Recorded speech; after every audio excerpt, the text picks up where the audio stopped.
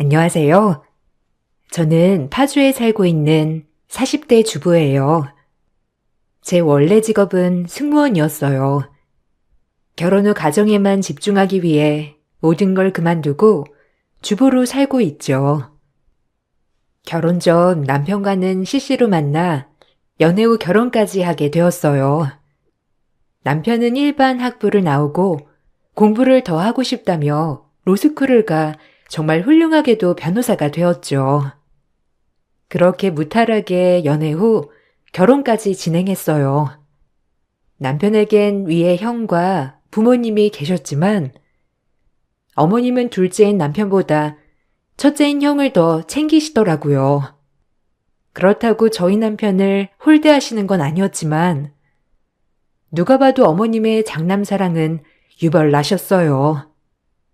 처음 인사를 가던 날도 공부 중인 장남을 많이 챙기더라고요.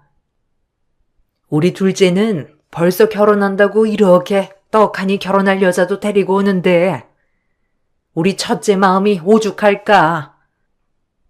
에이, 형도 곧 취직하고 이제 결혼하겠죠 뭐. 요새는 순서가 있나요? 희연이 불편하게 엄마는 이런 말을 여기서 꺼내요. 희연이 불편했니?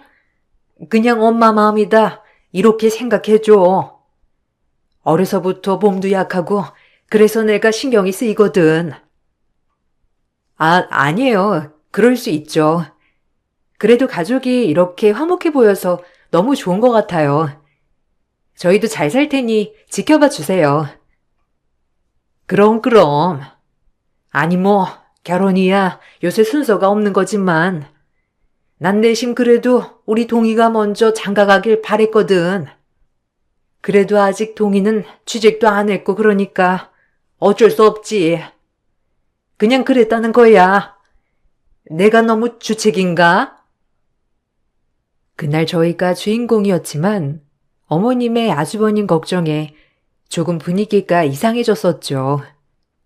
하지만 얼마나 잘 안 풀렸으면 저럴까 하는 마음도 들었어요. 그렇게 저희는 결혼을 진행하게 되었어요. 저희 집에 여유가 있었기 때문에 신혼집은 저희 아빠가 마련해 주셨죠. 이 과정에서도 남편은 저에게 너무 고마워했어요. 뭐 누가 마련하는 게 어떤가요? 서로 마음만 같으면 되지. 집은 내가 준비했어야 했는데 직업만 변호사지. 미안하다. 아버님한테 죄송해서 어떡해. 뭐라고 감사해야 할지. 아니야. 누가 하는 게 뭐가 중요해. 여유 있는 사람이 하는 거지. 그런 건 신경 쓰지 마. 우리가 잘 살면 그게 보답이야. 미안하다. 그래도 자리 잡아가니까 더 잘할게. 이제 너도 쉬면서 너 하고 싶은 거 다 해봐. 내가 지원해 주도록 할게. 진정해서 저희의 신혼집을 마련해 준다는 사실에 시어머니는 이미 귀가 찢어지시도록 기분이 좋아 보이시더라고요. 아무래도 아들 결혼시키는데 부담이 되셨던 건 사실이니까요. 어머님께 바란 건 아니지만 어머님은 저에게 아무것도 해주시지 않더라고요. 딱히 신혼집에 대한 언급도 없으셨어요. 뭐 감사하다 혹은 잘 됐다던가 하는 말이요. 어머님은 그 어떤 말도 하지 않으셨습니다.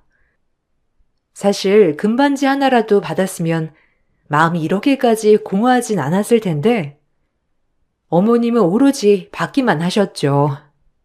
처음엔 이런 게 다 무슨 소용이 있나 싶은 이런 마음들도 점점 주변 사람들과 비교하게 되니 조금은 기분이 안 좋았던 건 사실이었어요. 너희 시댁도 참 너무하다. 아무리 없이 살아도 그렇지. 어떻게 금반지 하나도 안 해주니? 그건 마음인데. 뭐 어려우니까 그렇겠지. 내가 시댁 식구랑 살 건가? 동수 씨랑 살 거니까 상관없어.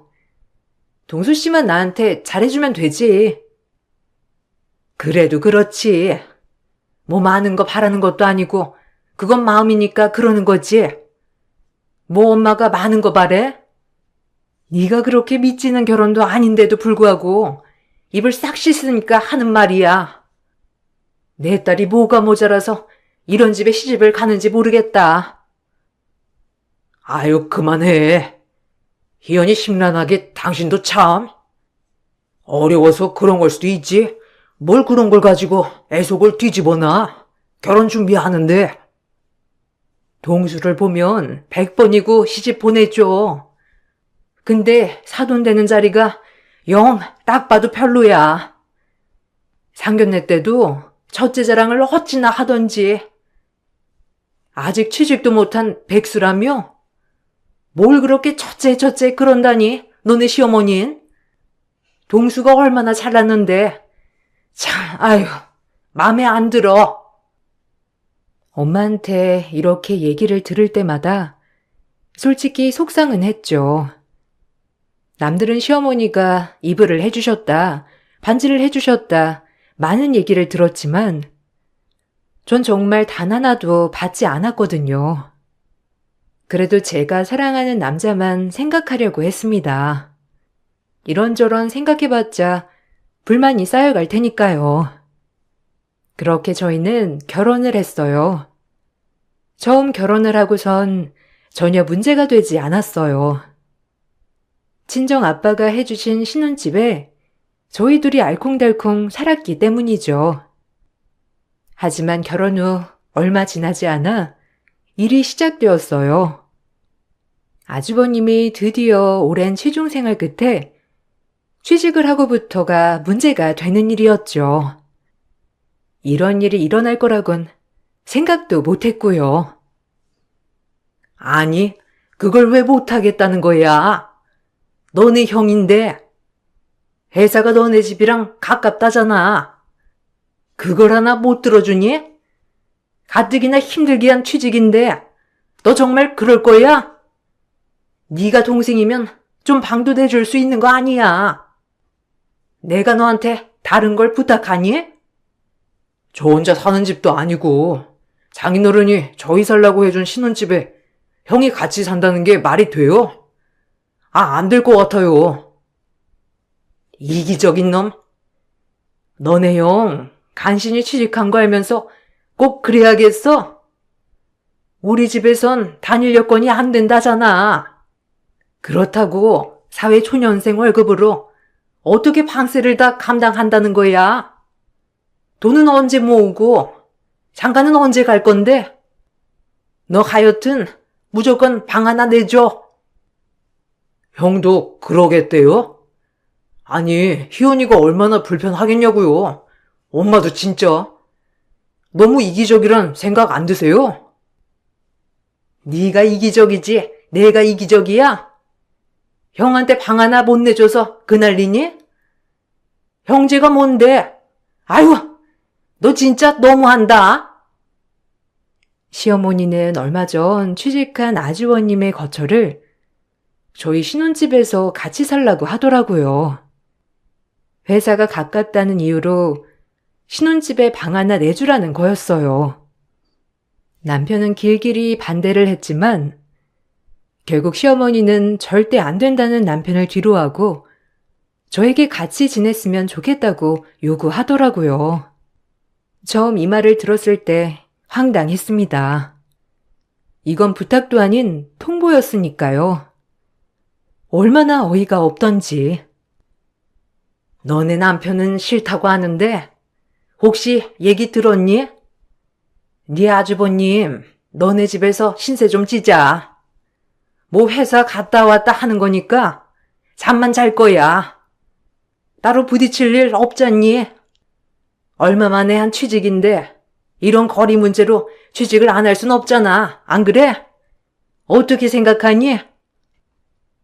네? 저희 신혼집이요? 불편해요. 그리고 아주버님도 불편하실 거고요.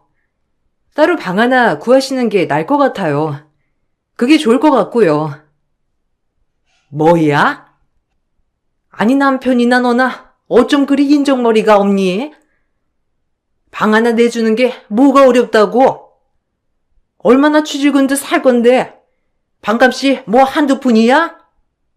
보증금에 월세에. 아니 형제끼리 그렇게 내외해서 되겠냐? 참나 너 진짜 너무하다. 아니 네가 동수한테 애초에 그러라고 시킨 거니? 우리 동수가 원래 내 말이라면 껌뻑 죽는 애였는데 갑자기 안 된다잖아. 안 그래? 아니요. 동수 씨한테 들은 적 없고요. 동수 씨도 말이 안 되는 얘기니까 거절한 거겠죠. 하여튼 못 들은 걸로 할게요. 뭐야? 너 그렇게 나온다 이거야? 우리 동수랑 결혼해서 지금 팔 잡힌 게 누군데? 안 된다는 소리가 대본에 나와? 어? 전 너무 황당해서 그냥 안 된다고 대차게 거절을 하였습니다. 거절을 하고도 너무 화가 나더라고요. 뻔뻔하기도 유분수였죠. 당연히 방 하나 내줘야 한다는 게 어이가 없던 거죠. 남편도 안 된다고 했지만 혹시나 나중에 마음이 변할까 제가 단단히 채비를 했죠. 마음 약한 남편, 어머님에게 휘둘려서 혹시라도 허락한다면 안 되는 문제니까요. 그래서 전 남편에게 무작정 화를 내었어요. 어머님 얘기 들었지? 난 절대 싫어. 불편해서 어떻게 같이 살아. 그리고 여기 우리 아빠가 해준 집인데 어머니는 무슨 맡겨놓은 것처럼 방 하나 빼달라고 하더라. 나 싫어 진짜. 자기도 안 된다고 한 거 알겠는데 하여튼 채비 치는 거야. 미안하다 진짜. 엄마가 형을 진짜 너무 감싸는 스타일이라 나도 안 된다고 했어. 그니까 걱정 안 해도 돼. 미안해. 걱정을 안 할 문제야 이게? 아니 어떻게 어머님은 결혼 전부터 지금까지 장남장남 그러는 거야 도대체? 아, 이해가 안 가. 다 내가 못나서 그렇지 뭐. 형이 엄마한테 어려서부터 더 잘하기도 했고 둘이 좀 특별한 모자 관계야. 네가 이해해줘. 이 사건이 처음 터졌을 때 남편이 안쓰럽더라고요. 매번 이렇게 지냈을 걸 생각하니까요. 그래서 그렇게 악착같이 공부했나 싶기도 했고요. 항상 본인 밥그릇을 챙기려고 노력했다는 것을 생각하니 마음이 참 안 좋더라고요. 이 일이 좀 지나고 시어머니는 남편을 얼마나 들볶았는지 결국 남편은 두 손 두 발 다 들었더라고요. 저에게 애원을 하더라고요. 한 번만 봐달라고 말이죠. 진짜 미안해. 형 어차피 왔다 갔다 하는 시간 빼면 잠만 잘 거야. 어떻게 안 될까? 나도 너한테 이런 부탁하는 거 싫어. 뭐? 말이 돼? 아니, 아주버님이랑 같이 사는 게 말이 되냐고. 아, 얼마나 불편할 거야. 옷 입는 거부터 내가 신경 써야 할 게 한두 가지야? 어머님이 뭐라 하셨길래 그러는 거야? 아, 진짜 싫다. 정말 어머님 왜 이렇게 뻔뻔해? 내가 안 된다고 할게. 아, 그래. 안 되겠지. 그래. 내가 엄마한테 다시 얘기해 볼게. 미안하다 진짜. 이런 모습까지 보여서 정말 미안해. 당신이 뭐가 미안해. 어머님이 분간 못 하시는 게 문제지. 그리고 형은 여길 들어오고 싶대? 진짜 그 엄마의 그 아들이네. 아! 미안하다고 하는 남편을 보니 시어머니가 더 꼴보기가 싫더라고요. 전 그 길로 시어머니에게 전화를 걸었어요. 시어머니는 다짜고짜 아들이 허락했다며 다음 주에 아주버님을 이사시키겠다고 하더라고요. 정말 어찌나 화가 나던지 시어머니의 본성을 그날로 전 다 봤다고 생각했고 남편이 그동안 어떻게 살아왔는지 고스란히 알겠더라고요. 정말 기가 차서 쓰러질 지경이었죠. 동수한테 들었지? 다음 주쯤에 동이 이사시킬 거니까 그리 알거라. 그러니까 이 얘긴 여기서 그만하도록 해. 뭘요? 아니요? 전 그렇게 못해요. 제 집이에요. 동수 씨 집 아니고. 제가 안 되니까 그리 아세요. 방을 구하셔야죠. 이건 뭐 명령도 아니고. 동수 씨는 물렁해서 허락했을진 몰라도 전 안 된다고 분명히 말씀드렸어요. 제가 아주버님한테 전화 드릴게요. 뭐야? 아니 변호사 남편 얻었으면 이 정도는 감수해야지. 네가 뭐 잘난 게 있다고 그렇게 말을 막 하는 거야? 너네 집? 너네 집이 어디 있어? 우리 동수 집이지? 너 변호사 남편 얻으면서 이런 거 생각도 못 한 거니? 아주 뻔뻔하기가 짝이 없구나. 변호사 남편이요? 직업만 변호사지 뭐 해주신 거나 있으시고 하는 말이에요? 어쨌든 안 되니까 그리 아세요. 직업만 변호사라니? 네가 평생을 변호사 사모님이라고 듣고 살 건데 말본세 하고는. 너 그러면 정말 안 된다. 어? 전 전화를 끊어버렸어요. 하지만 어머님이 얼마나 남편을 들볶았는지 남편은 저를 설득했죠. 정말 미안하다는 말과 함께요. 남편에게 화도 났지만 좀 안쓰럽다는 생각도 들더라고요. 이번 일도 이렇게 되었는데 평상시엔 오죽했을까 싶기도 했고요. 미안하다 진짜. 내가 힘이 아무것도 없어서. 그냥 형만 받아주면 안 될까? 형 좀 자리 잡으면 독립할 거래. 그때까지만 우리가 방 하나만 내주자. 정말 미안해. 형도 오래 있을 생각은 아니라니까, 어? 미안하다, 진짜. 아니, 자기야. 정말 어머님 너무한다. 자기 평소에도 이렇게 대접받고 살았어? 자기 결혼할 때 어머님, 나는커녕 자기한테 아무것도 안 해주셨잖아. 근데 이렇게 형 문제에 있어서는 어쩜 이렇게 발벗고 나서는 거야? 나 진짜 이해가 안 가. 우리 엄마 원래 형을 좀 특별하게 생각해. 어렸을 때 몸도 좀 안 좋았기도 했고 항상 걱정이셔서 엄마가. 전 더 이상 남편과 말다툼을 하고 싶지 않아 결국 수락을 했어요. 어머님은 너무 싫었지만 애원을 하는 남편을 보니 참 거절할 수가 없더라고요. 제가 거절하면 어머님께서 남편을 더욱더 들볶을 것이 뻔했기 때문이죠. 그렇게 저희는 아주버님과 한집 생활이 시작되었어요. 한 집에 살다 보니 여간 불편한 건 아니었지만 아주버님이 저희 집에 계시니 어머님께서 오시는 날도 잦더라고요. 이런 것이 저에겐 스트레스가 되었죠. 비밀번호도 누르고 매일 들어오셔서 남의 집 살림을 파헤치셨거든요. 저희끼리 살 때는 반찬 한번 해주신 적 없던 분이 아주버님이 같이 살게 되자 반찬도 바리바리 싸우시기 시작하더라고요. 우리 동이 밥은 먹고 다니는 거야? 내가 우리 동이 좋아하는 게장이랑 장아찌들 좀 싸왔다. 밥 먹을 때 같이 내놔.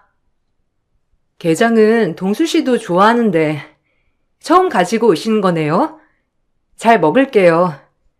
냉장고에 두고 바로 먹어도 되는 거죠? 동수는 밖에서 잘 먹고 다닐 거 아니야. 변호사씩이나 됐는데 동이 먹을 때 내놔. 동이가 게장을 얼마나 좋아하는데. 동수 씨도 게장 좋아해요, 어머니. 같이 먹어야죠. 먹을 거 가지고 누가 더 먹고 덜 먹고 그러는 게 어딨나요? 안 그래요? 어머님은 제가 얄미운지 한참을 보시다가 말이 없으셨죠. 작은 거 하나가 참 남편이 불쌍하더라고요. 내가 진짜 잘해줘야 되겠다라는 마음이 더욱더 확고하게 들기 시작했어요. 그러던 중 아주버님은 한참 출퇴근을 잘하고 있다가 간혹 출근을 안 하는 날도 많더라고요. 직장인이라고 하는데 출근을 안 하는 날이 잦다 보니 조금 걱정이 되었죠. 그래서 아주버님에게 물었어요. 아주버님, 오늘은 출근 안 하시는 거예요? 요즘 출근 안 하는 날이 더 많은 것 같아서요. 혹시 뭐 재택 같은 거 하세요? 아, 네. 재택 뭐 비스름한 거 많더라고요. 걱정 안 하셔도 돼요. 밥은 제가 챙겨 먹을 테니까 재수 씨는 신경 쓰지 마세요. 뭐 신경을 쓰지 말라고 하니 따로 그렇게 신경을 쓰진 않았죠. 성인이기도 하고 제가 막 이래저래 상관할 일이 아니라고 생각했거든요. 하지만 좀 걱정은 되더라고요. 그러던 중 제 걱정은 기우였다는 것을 알게 되었어요. 아주버님은 그 사이 연애도 하고 여자친구도 만나고 다니시더라고요. 전 그런 모습을 보며 아주버님께서 곧 결혼도 하시겠구나 하며 내심 흐뭇했습니다. 형, 요새 연애도 하고 바쁘던데? 좋은 소식 있을 수 있는 거야? 엄마가 엄청 좋아하시겠다. 엄마가 굉장히 기대하셨잖아. 아, 뭐, 그렇지. 결혼은 할 수도 있고, 좋은 소식이 있으면 바로 얘기해 줄게. 엄마도 아마 엄청 좋아하시긴 할 거야. 아주버님, 축하드려요. 그래도 여자친구도 생기시고 너무 일사천리 아니세요? 이번 년도 아주버님의 해인가 보다. 전 그렇게 그냥 좋게만 생각했어요. 그로부터 몇 개월이 지났고 아주버님은 결혼을 하겠다며 형님 되실 분을 소개해 주셨어요. 그냥 좋은 사람이기만을 바랬는데 성격도 싹싹하고 좋으시더라고요. 어머님은 그런 형님을 아주 마음에 들어 하셨죠. 아이고, 내가 우리 동이 장가 가는 것도 볼 수 있어서 정말 좋다. 아니, 어쩜 이리 아르따운 아가씨를. 기분 너무 좋네. 엄마는? 그럼 내가 보는 눈이 얼만데. 이제 나도 결혼할 거니까 엄마 걱정 붙들어 매세요. 아셨죠? 아유, 그럼. 이제 내 걱정 아무것도 없다. 너까지 잘 되면 무슨 걱정이 있겠어. 우리 장남 장가 가는데. 혹시 뭐 갖고픈 거 있어요? 아, 갖고 싶은 거라뇨. 전 없어요, 어머님. 말씀만이라도 감사드려요. 동서, 우리 잘 지내봐요. 가족으로서 말이에요. 어머님이 형님에게 갖고 싶은 거 없냐고 물어보셨을 때 제 기분이 은근 나쁘더라고요. 정말 제 결혼할 때 단 하나 아무것도 해주지 않던 어머님은 형님에겐 모든 걸 다 해주실 기세였거든요. 참 섭섭하더라고요. 이런 것도 장남과 차남의 차이인가 싶으면서 되게 기분이 나빴죠. 그날은 식사하는 자리여서 아무 표시를 내진 않았지만 마음속엔 섭섭함이 점점 자리 잡고 있더라고요. 아까 엄마 말 좀 기분 나빴지? 엄마가 형수님 들어오시는 걸 너무 반기다 보니까 아무래도 그런 것 같아. 신경 쓰지 마. 그래도 그렇지. 자기가 꼭 미운오리 새끼도 아니고 안 그래? 어머님 한두 번 그러시는 거 아니니까 이해해. 그런데 정말 나한테 단 하나 아무것도 안 해주시고 형님한테 뭐 갖고 싶냐고 하니까 마음은 좀 섭섭하더라. 내가 마음에 안 드셔서 그런가 하고. 아니야, 그런 거. 그냥 우리 엄마 장남사랑 유별나잖아. 그래서 그런 거야. 뭐든 다 해주고 싶으시겠지. 난 익숙해. 익숙한 게 아니라 자기도 그냥 그러려니 하는 거겠지. 솔직히 얼마나 상처받았겠어. 안 그래? 아휴, 됐다. 이제 그냥 장가 가시니까 우리한테 피해만 안 끼치면 된다. 이 주의야. 곧 있으면 집에서도 나가실 거니까 그냥 좋게 생각해야지. 자기도 너무 신경 쓰지 마. 그렇게 전 어머님을 신경 쓰지 않기로 했어요. 어차피 제가 섭섭한 마음을 말씀드린다 한들 달라지실 분도 아니고 저만 더 상처받을 게 뻔해서 말이죠. 남편도 제가 신경이 쓰였는지 이러쿵저러쿵 옆에서 얘기는 해주었지만 별로 위로가 되지 않더라고요. 역시나 드는 생각은 그동안 살아온 세월 제가 다 감히 헤아리진 못하지만 남편은 꽤나 마음고생을 많이 했다는 걸 알 수 있었어요. 그리고 이 일이 있고 얼마 지나지 않아 본격적으로 아주버님은 결혼식을 준비해 나가기 시작하셨죠. 결혼식을 준비하는 과정에 있어서도 어머님은 아주버님에게 뭐 하나 해주지 못해서 안달이셨어요. 저희 결혼할 땐 1원 한 장 보태주시는 거 없으셨지만 아주버님이 결혼을 한다고 하니 형님 되시는 분에게 이것저것 세트별로 해주시며 얼마나 기뻐하셨는지 보는 것만으로도 좀 그렇더라고요. 그런데 어머님은 더욱더 말도 안 되는 것을 요구하기 시작하셨어요. 이번엔 정말 물러설 수가 없더라고요. 아니 너희 집 담보 잡으면 대출 어느 정도 나오지 않니? 우리 동이 신혼집 마련해 줘야 하는데 내가 돈이 좀 모자라서. 아주버님 신혼집 구하는 거랑 저희 집 담보대출이랑 무슨 상관이에요, 어머님? 아주버님도 이제 일을 하시는 분이니까 집 장만하시려면 따로 대출을 알아보시는 게 나을 것 같아요. 저희한테 물어보지 마시고 형편에 맞게 살아야죠. 안 그런가요? 넌 내가 무슨 말만 하면 그리 쌍심지를 키고 말한다니? 그리고 형제끼리 도와주며 사는 거지. 너네 아파트 담보대출이 이자가 더 싸니까 그렇지. 잔말 말고 동수한테 얘기해 놓을 테니까 너희 집 담보로 좀 잡아서 동해 아파트 하나 마련해 주자. 네? 어머님, 제정신으로 하시는 말씀이세요? 이 집 저희 친정아빠가 해준 집이에요. 근데 무슨 이 집을 담보로 잡아요? 무슨 대출 맡겨놓으셨어요? 그렇게는 안 될 것 같으니까 그리 아세요. 이번엔 동수씨 설득해도 절대 안 되니까 그리 아세요. 너무 화가 나서 입술이 벌벌 떨리더라고요.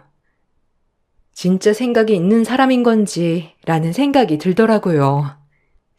아무리 아들 사랑 대단하다고 하지만 남의 집을 담보대출로 잡아서 신혼집을 마련해달라고 하는 게 상식적으로 이해가 가시나요? 그것도 아주 뻔뻔하게 부탁도 아니고 명령으로 말이에요. 전 딱 잘라 거절했지만 시어머니는 또다시 남편을 설득하기 시작했어요. 하지만 이번엔 남편도 정말 어처구니가 없었는지 거절을 하더라고요. 남편이 거절을 하자 시어머니는 또다시 방방 뛰기 시작하셨죠. 쌍욕을 하면서요. 아니 왜 안 된다는 거야? 너네 아파트 담보대출이면 3억은 나오겠구먼. 왜 안 된다는 거냐고? 너네 형 그렇게 잘 사는 게 싫으냐? 어쩜 형제가 돼가지고 그렇게 매몰차?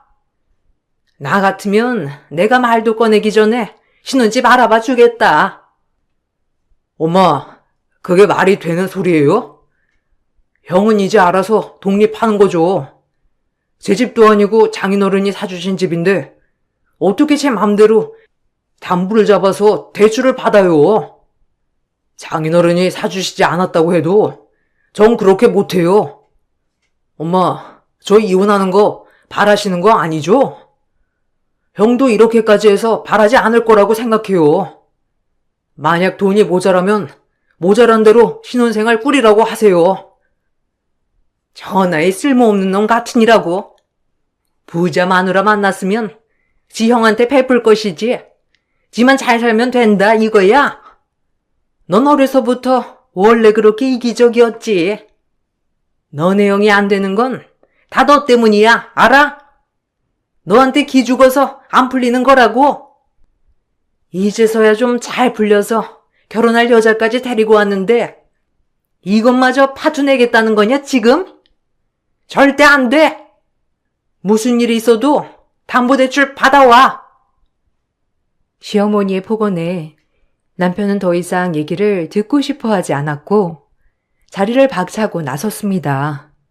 그렇게 한동안 잠잠하길래 이제 포기하셨나 싶었죠.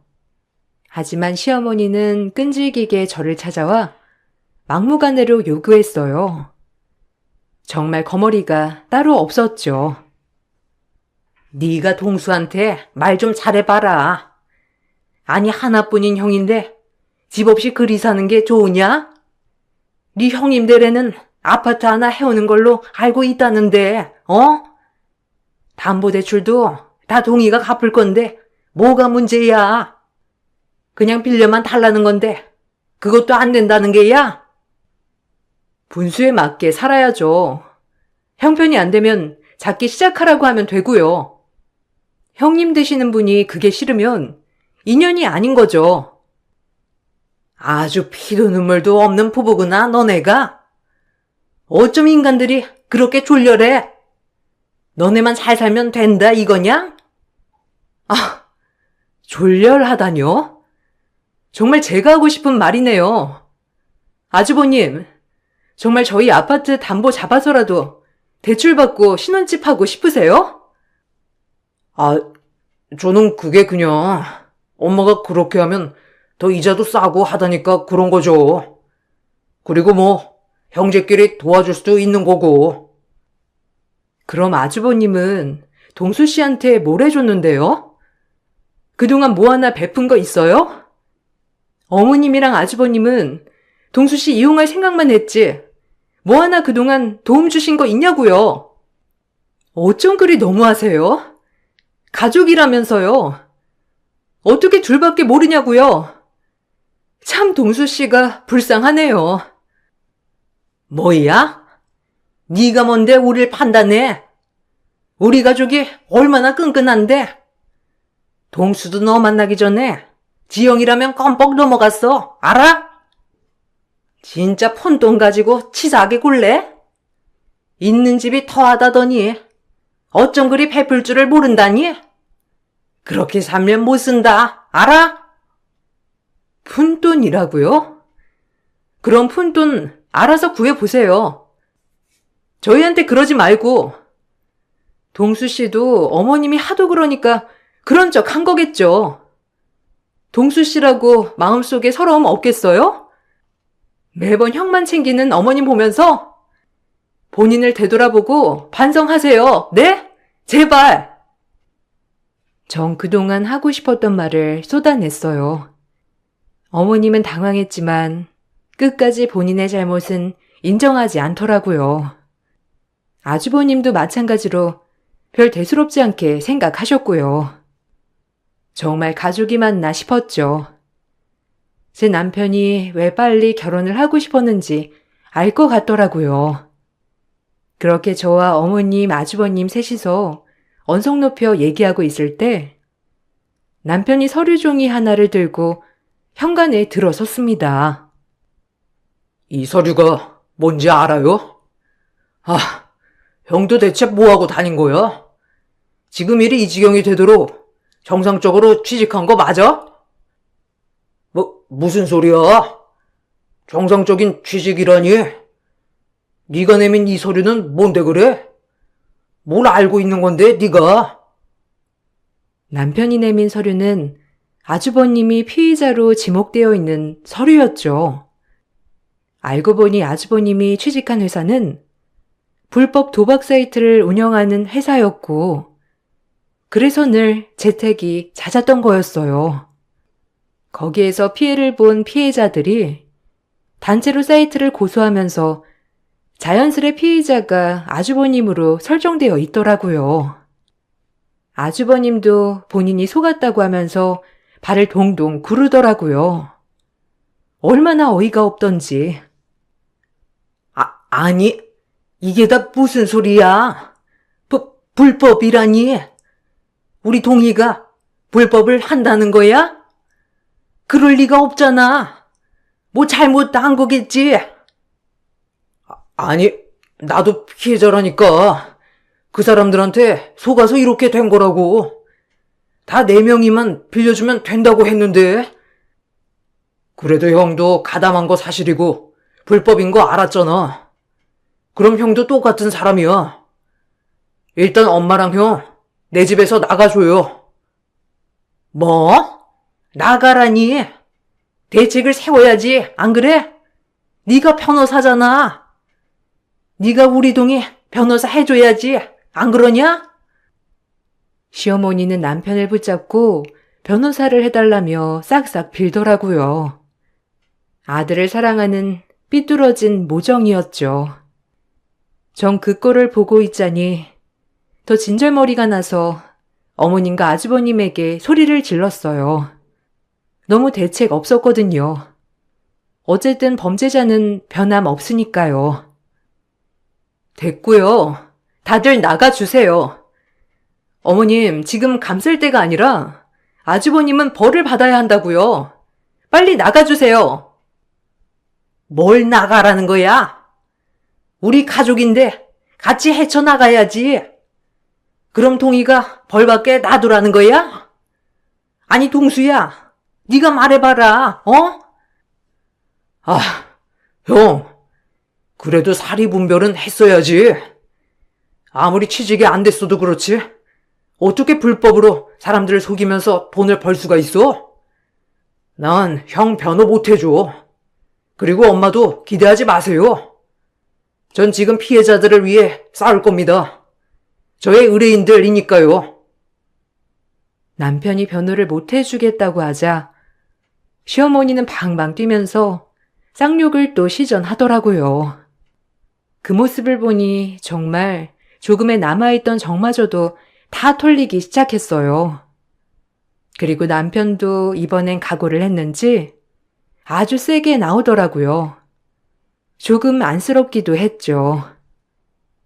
나쁜 년놈들 같으니라고? 너네 형이 아무것도 모르고 이렇게 된 것 같은데 형편을 안 들어줘? 네가 동생이야? 아니요, 이보세요. 언제까지 동수씨가 희생해야 하는데요? 아주버님이랑 어머님, 동수씨를 위해 뭔가 해본 적 있으세요? 가족 맞냐고. 더 이상은 못 참으니까 이 집에서 당장 나가요. 말하고 싶지도 않으니까. 이기적인 인간들 같으니라고. 시모는 제 말이 끝나자 제 얼굴에 뺨을 날리셨고 전 너무 분해 아주버님에게 뺨을 날렸죠. 저의 이런 모습을 보니 시어머니는 눈이 뒤집히셨는지 제 머리끄덩이를 잡으려고 하셨어요. 하지만 남편이 어머님을 내팽개치면서 소리를 치더라고요. 제발 그만해요. 이제 당신들이랑 끝입니다. 내 집에서 나가요. 다신 안 볼 거니까. 우린 끝이에요. 나도 이제 당신한테 기대하는 거 전혀 없으니 여기서 부모 자식 천륜 한번 끊어보죠. 형도 엄마 데리고 나가. 다신 보지 말자. 법정에서 봐. 벌은 달게 받고. 아니, 우리 착한 동수가 어쩜 나한테 이럴 수 있어? 다 여자를 잘못 만나서 저렇게 된 거야. 안 그래? 동수야, 난 네 엄마야. 아니, 당신은 한 번도 내 엄마인 적 없었지. 그냥 나를 형의 부속품으로 여기는 사람이었어. 이제 그만 당신이랑 끝이야. 남편은 그 말이 끝나기가 무섭게 아주버님과 시어머니를 내쫓았어요. 그리고 한참을 서럽게 울더라고요. 얼마나 안쓰럽던지. 그동안 쌓여있는 울분이 터져 나오는 것 같았죠. 전 옆에서 위로를 해주었지만 저 역시도 남편이 너무 불쌍해 눈물이 나왔어요. 그렇게 아주버님은 법정 구속을 면치 못했고 결국 구속되었죠. 남편은 이를 악물은 듯 피해자들을 위해 변호를 하더라고요. 시어머니는 법정에서도 남편에게 쌍욕을 시전하다가 결국 법정에서 퇴출을 당할 정도였어요.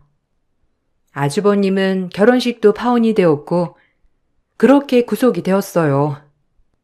그리고 엎친 데 덮친 격 형님이 되실 분도 아주버님에게 정신적 피해 보상이란 명목으로 소송을 걸었어요. 불법을 하고 지내면서 본인에겐 회사원 인척했다는 이유에서였죠. 어머님은 남아있는 돈으로 아주버님의 소송 비용과 위자료를 지급해야 했어요. 그리고 아쉬운지 다시 남편에게 연락을 하더라고요. 얼마나 웃기는 양반인지 참 어이가 없었죠. 그래도 네가 내 핏줄인데 이렇게 인연이 끊기면 되겠니? 너 때문에 나도 개털된 거나 마찬가지니까 생활비 보내렴. 누가 핏줄이야? 당신 볼 일 없으니까 그 사랑하는 형이랑 잘 지내쇼. 번호 바꿀 거니까 절대 연락 마시고요. 끊습니다. 시어머니는 생활비를 요구했다고 했어요. 그리고 남편은 철저히 차단하였죠.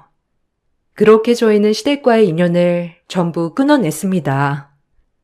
한편으론 지금까지 살아온 세월을 생각하면 남편이 너무 불쌍하기도 하면서 오히려 지금 내가 옆에서 잘해줘야겠다고 생각하고 있죠.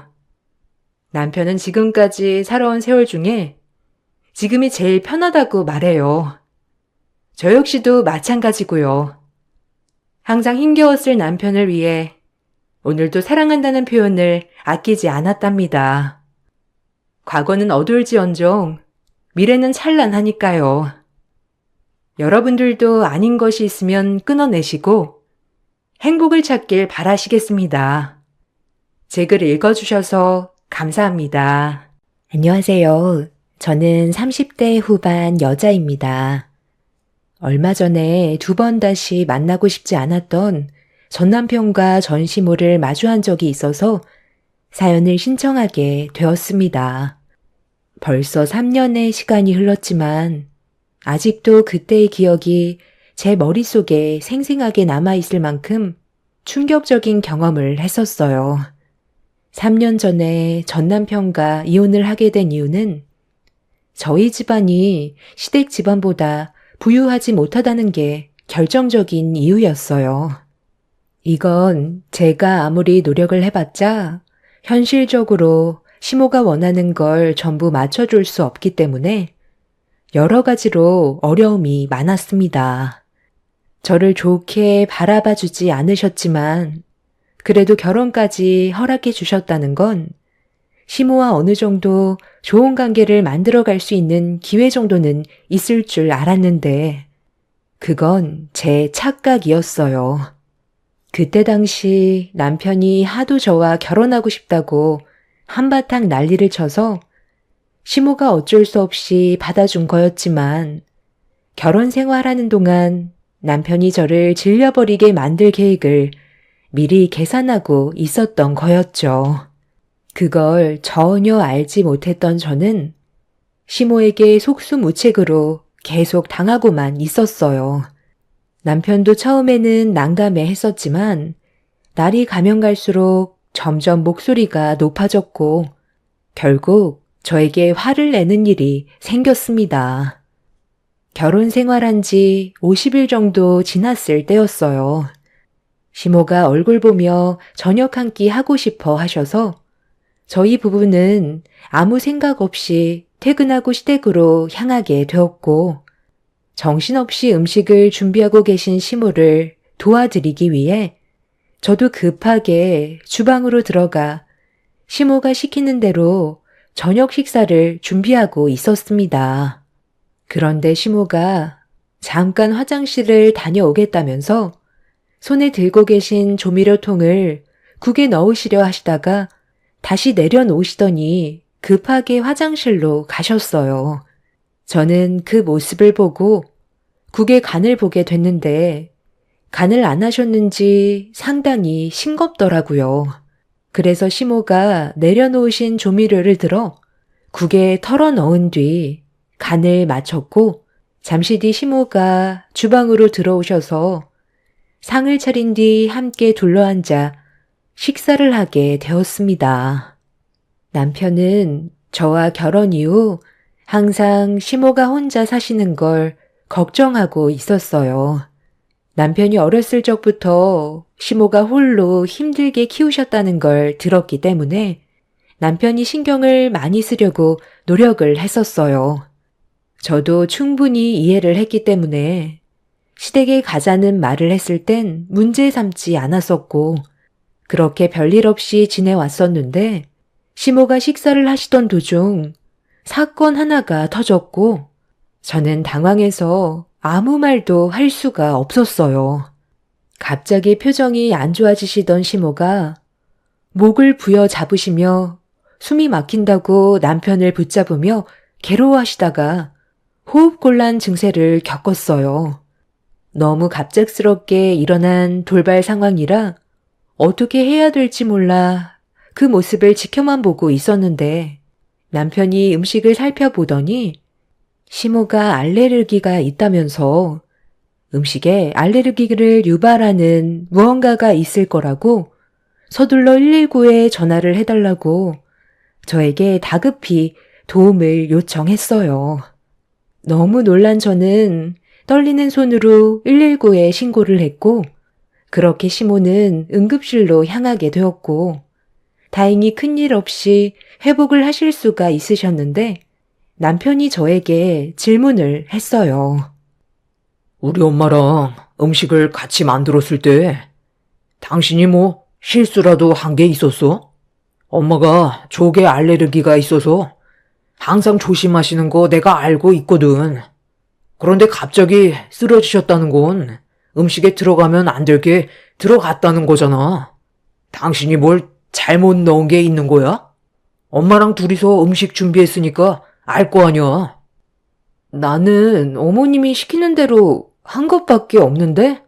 아까 어머님이 미역국 앞에서 조미료통을 들고 계시다가 화장실을 가셔서 내가 간을 봤을 때 싱겁길래 미역국 앞에 놓아두신 조미료를 넣긴 했었거든.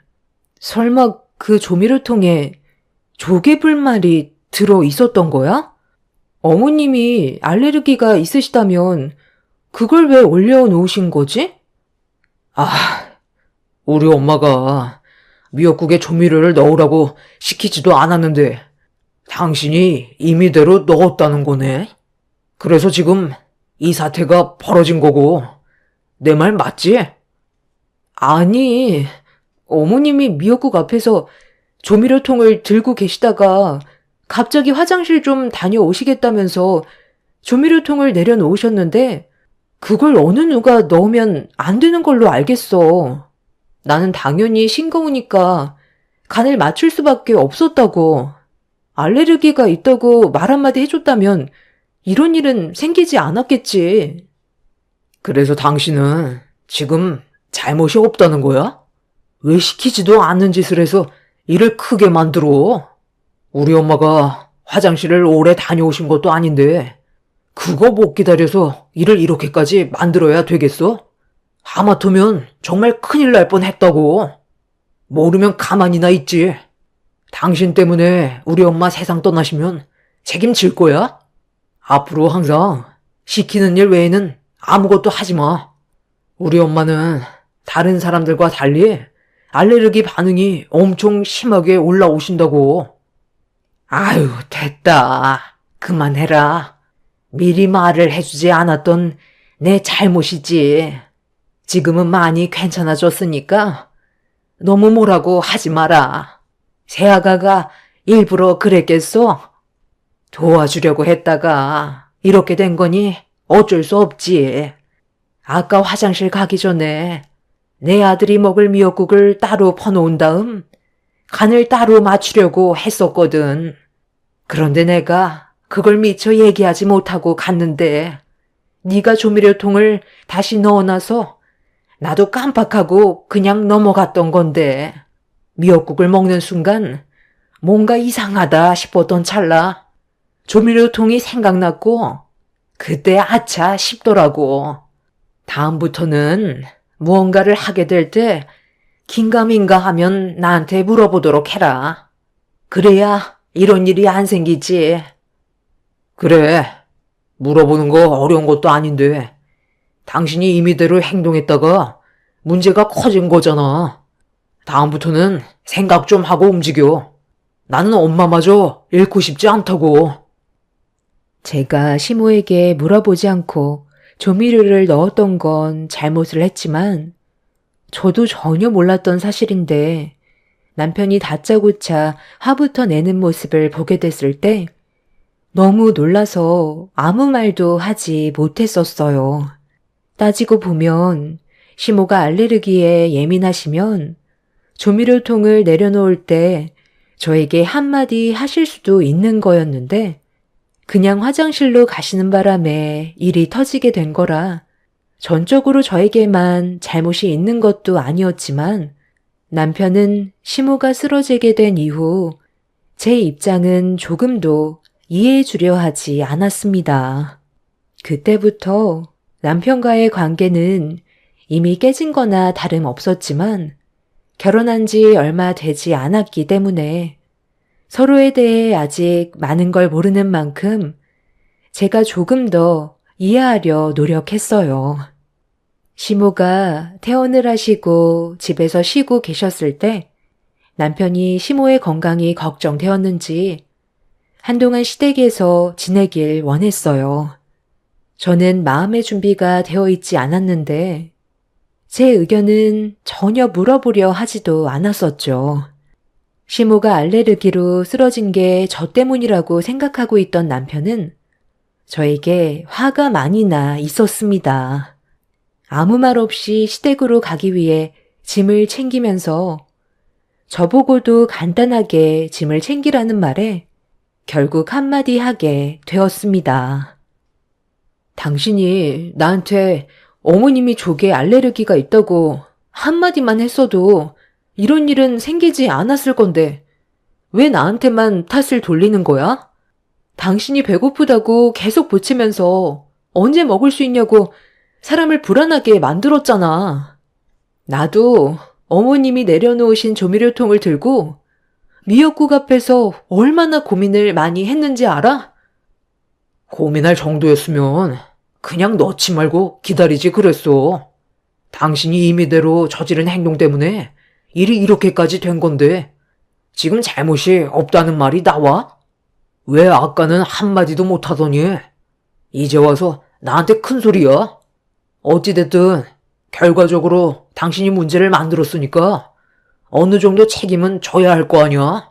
오래 있을 생각 없으니까 일단 짐부터 챙겨. 우리 엄마 알레르기 한번 앓게 되시면 며칠간 몸이 안 좋으셔서 고생하신다고. 내가 아까 얘기했지? 다른 사람들보다 알레르기 반응이 심하게 온다고. 당신이 우리 엄마 옆에서 신경 좀 써줘. 이참에 점수도 좀 따고 얼마나 좋아. 생각이 많아질수록 불만도 많은 법이야.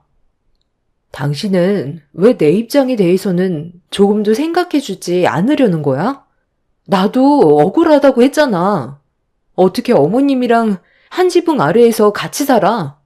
내가 얼마나 불편해할지 생각은 안 해봤어? 당신 눈에 나는 안 보이는 거야? 우리 연애하는 게 아니야. 결혼했고 서로에 대한 의견 조율이 필요한 사이라고. 그러니까 뭐 어쩌라는 건데? 가기 싫다는 거야? 상황을 만든 건 당신이잖아. 그럼 일단 관계 회복을 해야 되는 건 맞는 거고 우리 엄마 건강 상태도 봐줘야 하는데 며칠간 옆에서 신경 써주면 서로 웃으면서 지낼 수 있잖아. 당신은 머리가 없어? 생각 좀 하고 말을 해. 이게 나를 위해서 하자는 거야?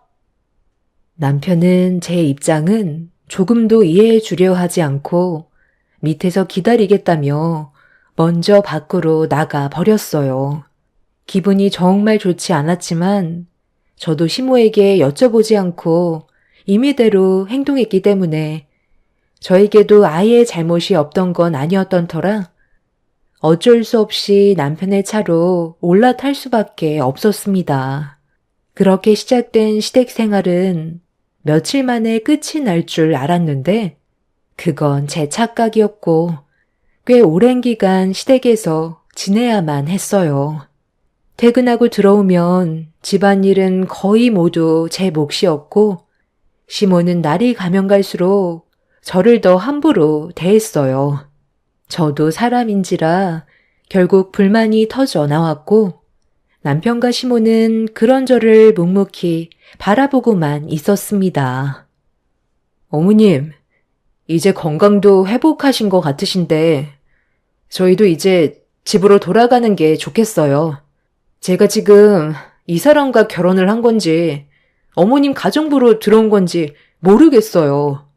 일주일 정도는 그래도 이해하겠는데 벌써 3달이에요. 어머님이 계속 몸이 안 좋다고 하셔서 저도 말을 하지 못하고 있었지만 이제는 너무 힘들고 지쳐서 더는 못하겠어요.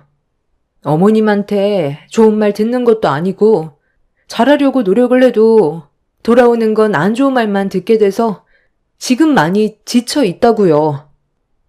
그래서 집으로 돌아가겠다는 거야? 엄마가 알레르기로 한번 앓게 되면 오래 아프시니까 당신이 좀 이해해달라고 했잖아. 그게 그렇게 싫어?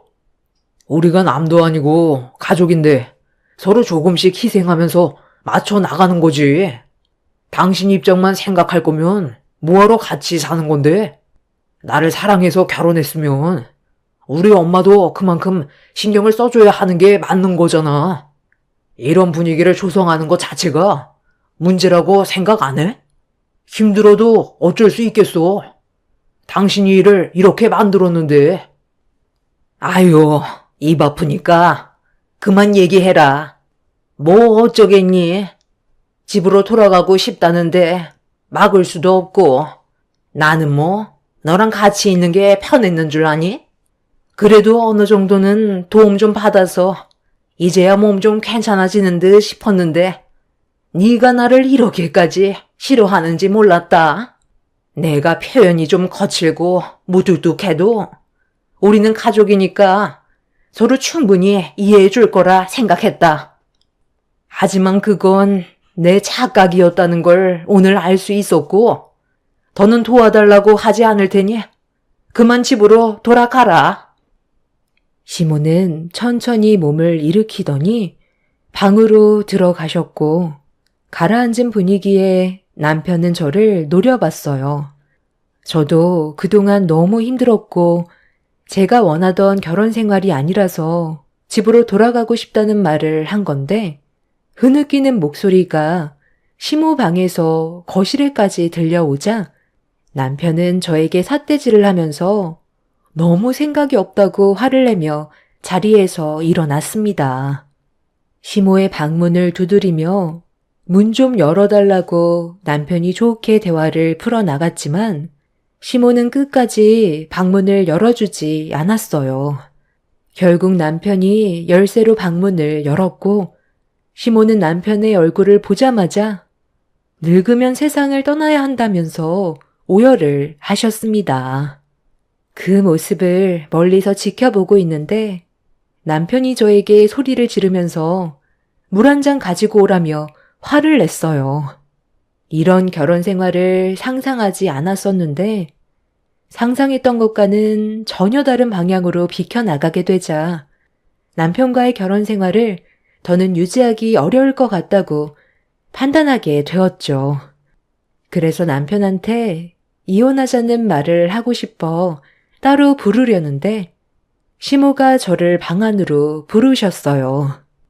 들어가고 싶지 않았지만 더 안 좋은 분위기 만들고 싶지 않아서 묵묵히 시모 방으로 들어가게 되었고 시모는 갑자기 제 손을 잡으시더니 서운하게 했던 거 있으면 전부 다 미안했다고 남편이 보는 앞에서 더 크게 눈물을 흘리셨습니다.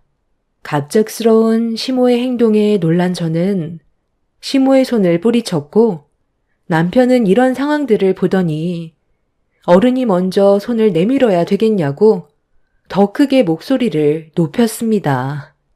시모는 자기가 많이 부족해서 집안에 불화가 온 것 같다고 차라리 세상 떠나는 게 저희 부부가 행복하게 살아갈 수 있는 방법이라며 갑자기 주방으로 걸어가셨어요. 그리곤 해선 안 될 행동을 하시려는데 남편이 그 모습을 보며 기겁을 했고 저도 시모의 돌발 행동에 너무 놀라 양손을 잡은 뒤 세상을 떠나겠다는 시모를 진정시키려 했지만 워낙 강하게 몸부림을 치셔서 저와 남편이 그런 시모를 말리느라 너무 힘이 들었었어요. 그런데 불안했던 시모의 행동을 말리려던 제가 미끄러지면서 바닥에 넘어졌는데 한쪽 다리가 시모의 발에 걸렸고 제 발에 걸린 시모가 중심을 잡지 못한 채 넘어지면서 쿵 하는 소리와 함께 허리를 부여 잡으셨습니다. 순간적인 정적과 함께 시모의 비명소리에 남편은 급하게 119에 도움을 요청해서 또다시 응급실로 실려가게 되었고 허리를 움직이지 못하시겠다는 시모의 말에 결국 허리에 반깁스를 하게 되었습니다. 또다시 저 때문에 시모가 다치게 되는 일이 생겨버리게 되었고 그날 이후 저는 2번 다시 집으로 돌아가겠다는 말을 할 수가 없었습니다. 그렇게 남편과 결혼 생활하는 동안 시댁에서 거의 1년간 시모의 수발을 들으며 온갖 잡다한 일들은 제 몫이 되어 버렸죠. 허리는 한번 다치게 되면 고질병이 된다고 연세도 있으셔서 제대로 움직이지 못하셨어요. 항상 누워만 계셨고 제가 없으면 시모 혼자 하실 수 있는 게 아무것도 없어서 주무실 때 웬 옆에 붙어 있어야만 했습니다. 그렇게 시댁 집안의 가정부가 되어버린 저는 이런 삶이 너무 싫어 매일 밤마다 눈물을 흘리며 잠 한숨 제대로 못 자며 제 인생을 한탄하고 있었는데 그날 저녁 충격적인 모습이 제 두 눈에 들어왔어요. 온몸에 소름이 돋았고 떨리는 손으로 거칠어진 숨을 고르면서 핸드폰의 모든 장면을 담았습니다. 두 눈으로 보게 된 광경은 거동조차 할 수 없었던 시모가 거실로 걸어 나오셔서 그날 하루 온몸이 뻐근했는지 스트레칭을 하고 계셨어요.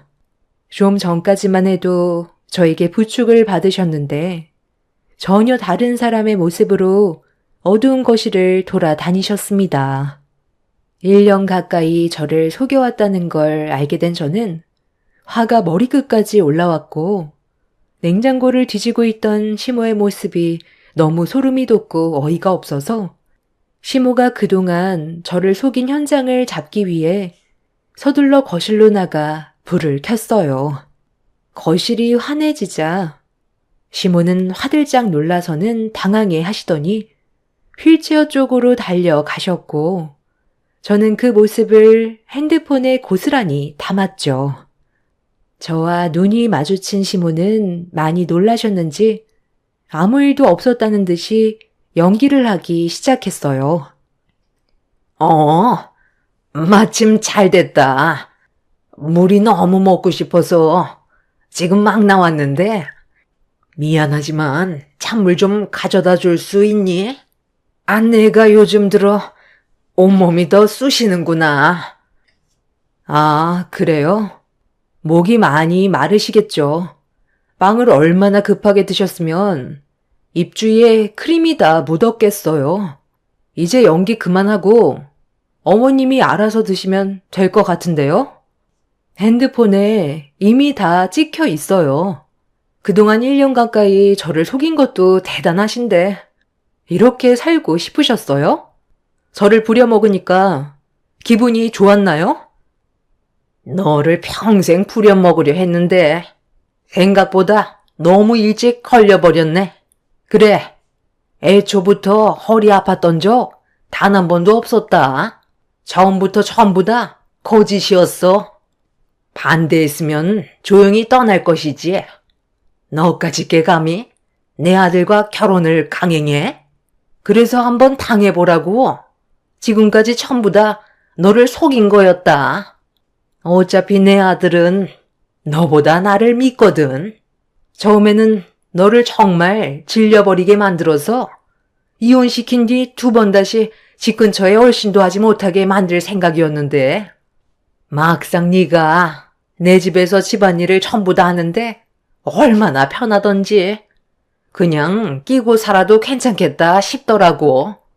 그런데 갑자기 네가 이혼하겠다며 돌발 행동을 하길래 그렇게 되면 내가 또 집안일을 해야 되니까 일부러 네가 넘어졌을 때 발에 걸려 넘어지는 척 하면서 허리를 부여잡았던 거다. 이왕 들킨 거 그냥 내 집에서 평생 눌러붙어 살아라. 내 아들과 결혼 허락해 준 것만도 감사하게 생각해야지. 쥐뿔도 없는 집안 걷어들여 줬으면 이 정도는 감수하면서 살아도 되잖아. 그래서 그동안 편했어요. 저는 그것도 모르고 매일 눈물을 흘렸고 저 사람이 항상 내 탓을 할 때마다 너무 마음이 안 좋고 많은 상처를 받았었는데 그걸 뒤에서 지켜보면서 기분이 좋았나 봐요. 제가 피해를 본 만큼 그냥 넘어갈 수 없죠. 당장 이혼할 거고 저를 속인 거에 대해 법적으로 소송 걸 테니까 각오하는 게 좋을 거예요. 아, 그리고 물 달라고 했죠? 정신 차리시게 찬물 드리면 되는 거죠? 속이 뻥 뚫릴 정도로 많이 드세요. 저는 시모의 얼굴에 찬물을 한 바가지 담아서 냅다 부어 버렸어요. 찬물에 온몸이 젖은 시모는 비명을 질렀고 자다가 놀라서 깬 남편은 거실에 있는 저와 시모를 보며 잠이 덜 깬 상태로 상황 파악을 하는 듯 싶었어요. 시모는 남편이 방에서 나오자마자 눈물을 흘리더니 물 한 잔 달라고 했는데 자는 거 깨웠다고 자기한테 물을 끼얹었다며 아무렇지도 않게 거짓말을 하고 있었습니다. 그 말을 들은 남편은 저에게 가까이 오더니 시모의 말이 사실이냐고 물어보는 질문에 핸드폰에 있던 영상을 보여주려는 순간 남편은 제 뺨에 손을 올렸고 들고 있던 핸드폰이 바닥으로 떨어졌습니다. 전후 사정 확인하지도 않고 시모의 말만 믿었던 남편은 저에게 절대로 해선 안 될 행동을 저질렀던 순간이었죠. 저도 그동안 많이 참아왔던 터라 남편의 뺨을 똑같이 올려쳐 버렸어요. 그리고 바닥에 떨어져 있던 핸드폰을 다시 주워들어 시모가 그동안 거짓된 행동을 저질렀다는 걸 보여주었고 영상 속에 있던 시모의 모습을 본 남편은 많이 놀랐는지 입을 다물지 못하고 있었죠.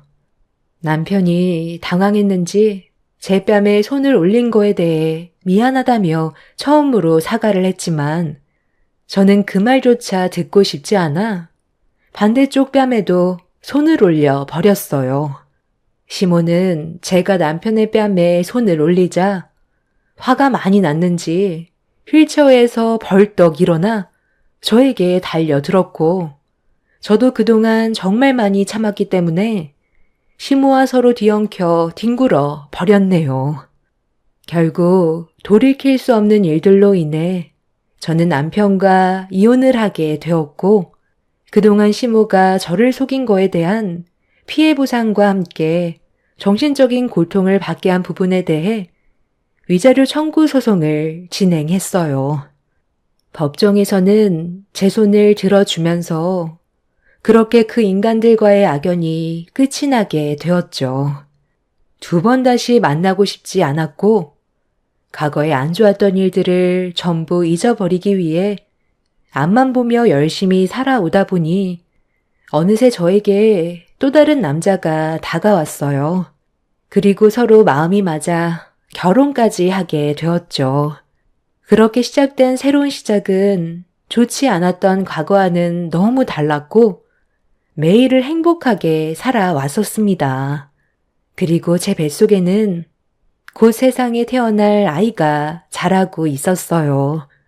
그렇게 하루하루가 꿈만 같았던 저는 갑자기 짜장면이 먹고 싶어서 집으로 들어가기 전에 잠깐 들려 짜장면을 먹고 있었는데 누군가 저에게 말을 붙여왔어요. 아무 생각 없이 고개를 들었는데 제 눈에 2번 다시 보고 싶지 않았던 전 남편과 전 시모가 저를 내려다보고 있었습니다. 순간적으로 너무 놀라 사례가 들렸어요. 여기에서 다 만나게 되다니. 참 세상 좁단 말이야. 아이고, 임신했네. 그새 다른 남자 꼬셔서 살림 차린 거야? 너 눈물이 저렴해서 네 애는 좋겠다. 혼자서 짜장면 먹으러 온 거 보면 어떤 집안과 결혼했는지 딱 알겠네. 우리 아들이 너랑 이혼하길 천만 다행이지. 하마터면 내 아들 인생 말아먹을 뻔 했잖니. 밥 먹으러 왔으면 조용히 먹고 가세요. 괜히 여기서 소란 피우고 싶지 않네요.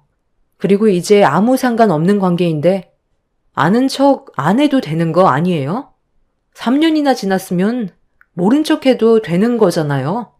사람 성격 안 변한다더니 그 말이 딱 맞네요. 뱃속에 있는 내 아이가 스트레스 받으면 안 되는데 밥맛 떨어지게 못 볼 걸 봐버렸네.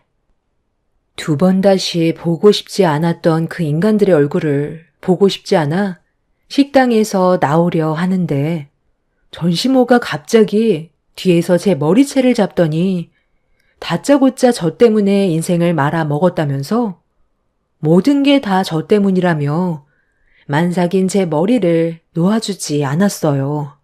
너무 순식간에 일어난 일이라 당황한 저는 비명을 질렀고 조공원들이 겨우 뜯어 말려 전시모와 떨어질 수 있었지만 제 머리카락이 이미 한 움큼 빠진 상태였죠. 저 또한 화가 머리끝까지 올라와 버렸지만 아랫배에 갑작스런 통증이 찾아와 그대로 의자에 주저앉았고 전시모는 흥분을 가라앉히지 못한 채 저에게 달려들려고 더욱더 난리를 쳤습니다. 식당에 왔으면 조용히 밥이나 먹고 가면 되지. 지금 누굴 건드린지 알아? 뒤돌아보면 아주 기겁을 하실 텐데. 오늘 아주 끝장을 봐야겠네. 여보, 괜찮아? 아니, 저 인간들 누군데? 남의 식당에서 행패를 부리는 거야? 경찰서에 신고했으니까 당신은 몸부터 신경 써. 여긴 내가 알아서 할게. 뭐야? 저 덩치가 이 식당 주인이라고? 그럼 네가 저 식당 주인과 결혼한 사이라는 거니? 아들, 우리 여기에 잘못 온 것 같다. 조용히 나가는 게 좋겠어. 그러니까 그냥 조용히 밥만 먹고 가자고 했잖아요. 엄마 때문에 이게 뭐야? 오늘 하루 종일 굶은 거 알면서 왜 일을 크게 만들어요? 제가 여기 식당 주인이랑 결혼했는지 누가 알았겠어? 경찰에 신고했다잖아. 빨리 도망치지 않으면 우리 더 큰일 난다는 거 몰라? 혹시 오늘 식사 초대받았던 분들인가요? 불우유 초청으로 몇 분 모시기로 했는데 당신들이 오늘 우리 식당에서 식사를 할 예정이었던 건가 봐요? 아니, 그게 우리 아들이 어제 신청했거든요. 경제적으로 힘든 사람들 도와준다고 해서 저희도 오래간만에 코스 요리 좀 먹고 싶었는데 당첨되길래 들뜬 마음에 식당에 들어왔는데 저 원수 같은 젖며느리가 짜장면을 먹고 있길래 나도 모르게 너무 화가 올라와서 이성을 놓아버렸네요. 저희가 죄송하게 됐습니다. 방금까지만 해도 나한테 노는 물이 저렴하다면서 낮잡아 보더니 당신들이 상황이 더 안 좋은가 봐요. 우리 남편이 추진하는 불이웃 돕기에 신청한 걸 보면. 저기, 좀 전에 있었던 일은 미안해. 밥 안 먹고 갈 테니까 그냥 보내주면 안 될까?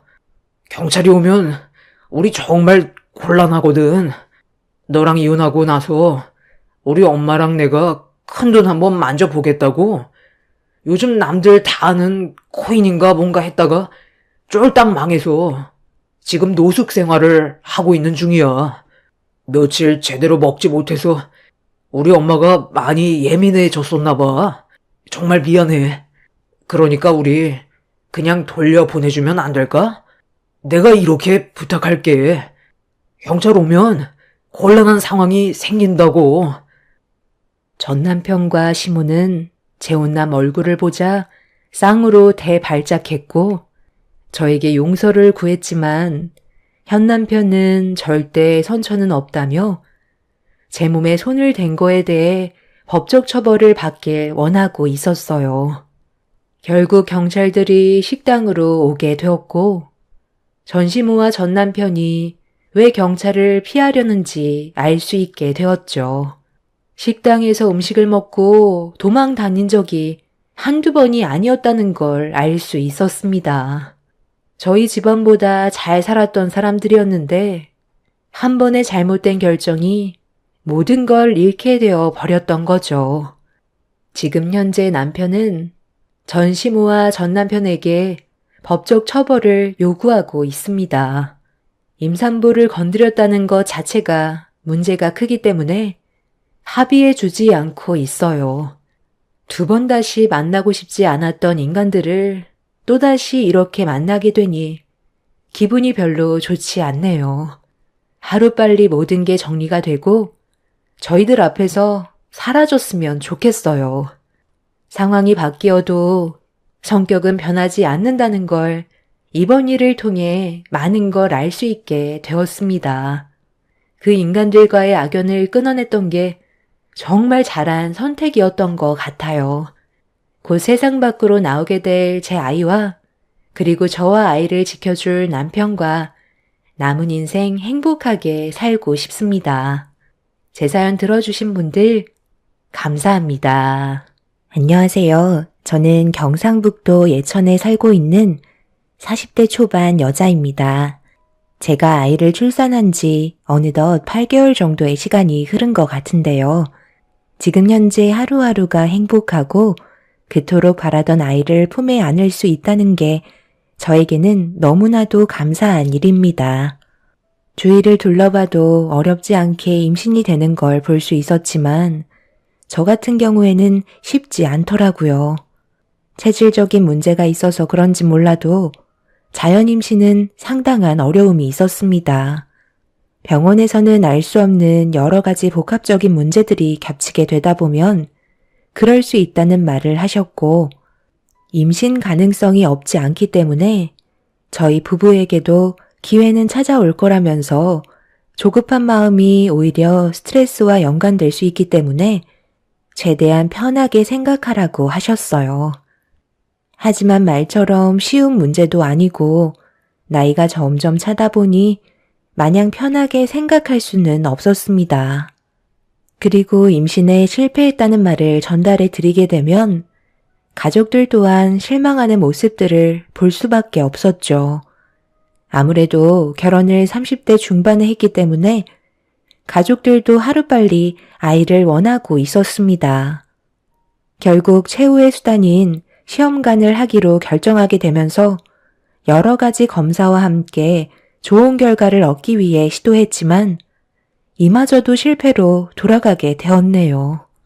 임신이 안 되는 상태에서 시험관의 성공률은 자연 임신보다 높다는 말에 시도했었는데 좋은 소식을 양가 부모님께 안겨드리지 못해 저 또한 정말 많은 눈물을 흘렸었죠. 제 사연을 들어주시는 분들 중에 임신 때문에 힘드셨던 기억이 있으신 분들도 아마 계실 텐데요. 그때 하늘이 무너져 내리는 게 어떤 심정일지 공감하실 겁니다. 남편은 제가 힘들어하는 모습을 더 이상 보고 싶지 않았는지 그만 포기하길 원했습니다. 분명 언젠가 저와 인연이 닿을 아이를 만나게 될 거라는 희망을 잃고 싶지 않았어요. 제가 멈추게 된다면 미래에 있을 아이의 얼굴을 볼 수 없게 될지도 모른다는 두려움이 저를 계속 움직이게 만들었습니다. 그래서 다시 처음부터 철저하게 몸 관리를 하고 준비하면서 임신 계획을 세우고 있을 때 시동생은 예정되어 있던 결혼식을 진행하게 되었습니다. 새로운 식구로 들어오게 될 동서는 며느리로서 100점짜리였어요. 석사 과정을 받고 상당히 영향력이 있는 대기업에 취업해서 근무를 하고 있었기 때문에 저와는 비교 자체가 되지 않았습니다. 그리고 며느리로 들어오게 되면서부터 시모의 마음은 이미 동서에게 떠나셨고 항상 보란 듯이 차별을 두셨습니다. 시모의 마음을 모르는 건 아니었기 때문에 그런 모습을 보면서 당연하다고 생각했었네요. 그런데 문제는 시모와 동서의 행동들이 제 마음을 너무 아프게 만들었고 지속적으로 받게 되는 차별 대우와 스트레스는 저를 점점 힘들게 만들었습니다.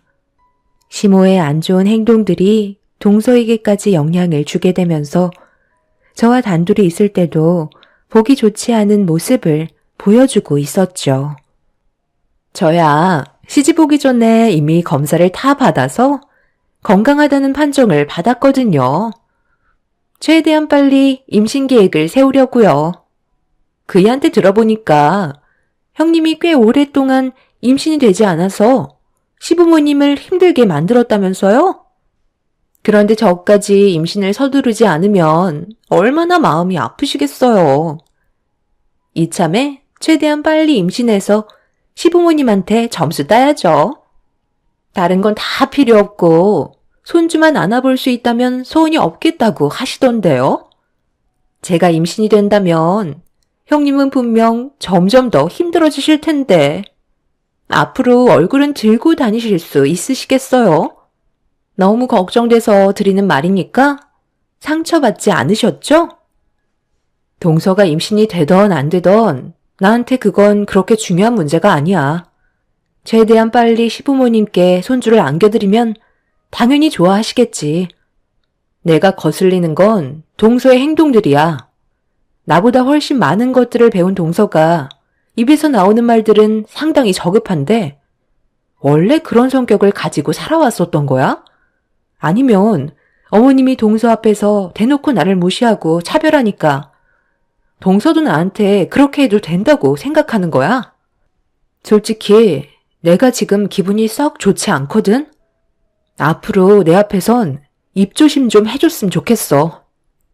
저는 동서와 더 이상 말을 섞고 싶지 않아 자리를 피했고 제 말을 들었던 동서는 기분이 상했는지 무섭게 노려보고 있었습니다. 분명 잘못된 걸 짚어줬는데도 동서는 자기가 뭘 잘못했는지 인지조차 하지 못하고 있었어요. 집안도 잘 사는 편이고 배경도 좋다 보니 자기보다 약자라고 생각되면 막대해도 되는 줄 알고 있는 듯 보여 따끔하게 한 소리 한 건데 동서는 좀 전에 저와 나눴던 대화에 양념을 더해서 시모에게 상처받았다는 듯 설명을 드리고 있었습니다. 이간질하는 게 제일 나쁘다고 들었는데 동서는 절대 해선 안 될 행동을 지속적으로 보여주고 있었어요. 그리고 예상했던 대로 시모는 저를 따로 방으로 부르셨고 좀 전에 동서에게 한마디 했던 부분에 대해 왜 그랬는지 설명을 듣고 싶어 하셨네요. 당연한 거 아니에요? 동서가 아무리 배운 사람이라 할지라도 자기보다 손윗사람을 대할 때는 최대한 예의를 갖춰야 하는데 동서는 자기보다 어린 사람을 대하는 것처럼 저를 대하고 있었잖아요. 그래서 잘못된 행동들에 대해 짚고 넘어간 것뿐인데 뭐가 잘못됐다는 거죠? 이건 동서가 평소에도 얼마나 안 좋은 모습으로 생활을 했었는지에 대한 인성이 보이는 거라고요. 이런 문제가 계속해서 지속이 되다 보면 본인뿐만 아니라 나중엔 서방님도 그렇고 아버님 어머님까지 욕먹이는 일이라니까요. 그래서 제가 따끔하게 한마디 했는데 뭐가 잘못됐다고 저를 방으로 부르신 거죠? 그래서 나도 가만히 있는데 네가 설쳐도 된다는 거야? 내가 작은 며느리의 행동에 문제 삼은 적이 있었니? 왜 시키지도 않은 행동을 혼자 멋대로 판단해서 새아가한테 스트레스를 주는 거야? 너 때문에 조금이라도 몸에 문제가 생겨서 임신이 안 되면 네가 책임질 거니? 가뜩이나 너 때문에 그동안 정신적으로 얼마나 힘들었는데 그걸 새아가한테까지 느끼게 할 작정인 거야? 내가 가만히 있는 것도 다 이유가 있는 건데 그런 모습 보고 싶지 않다고 새아가한테 스트레스 주면 되겠어? 내가 임신 문제에 얼마나 예민해져 있는지 모르는 거 아니면서 별것도 아닌 일을 크게 만들어 줄 거 없잖아. 네가 임신을 해서 아이를 가졌다면 내가 이런 말도 안 하지. 그동안 시애미의 속을 뒤집어 놓은 것도 모자라서 너덜거리게 만들었으면서 네가 새아가한테 훈계할 처지가 된다고 생각하지 마라. 임신을 떠나서 잘못된 걸 처음부터 바로 잡지 않는다면 분명 나중엔 더 힘들어질 게 뻔하다고요.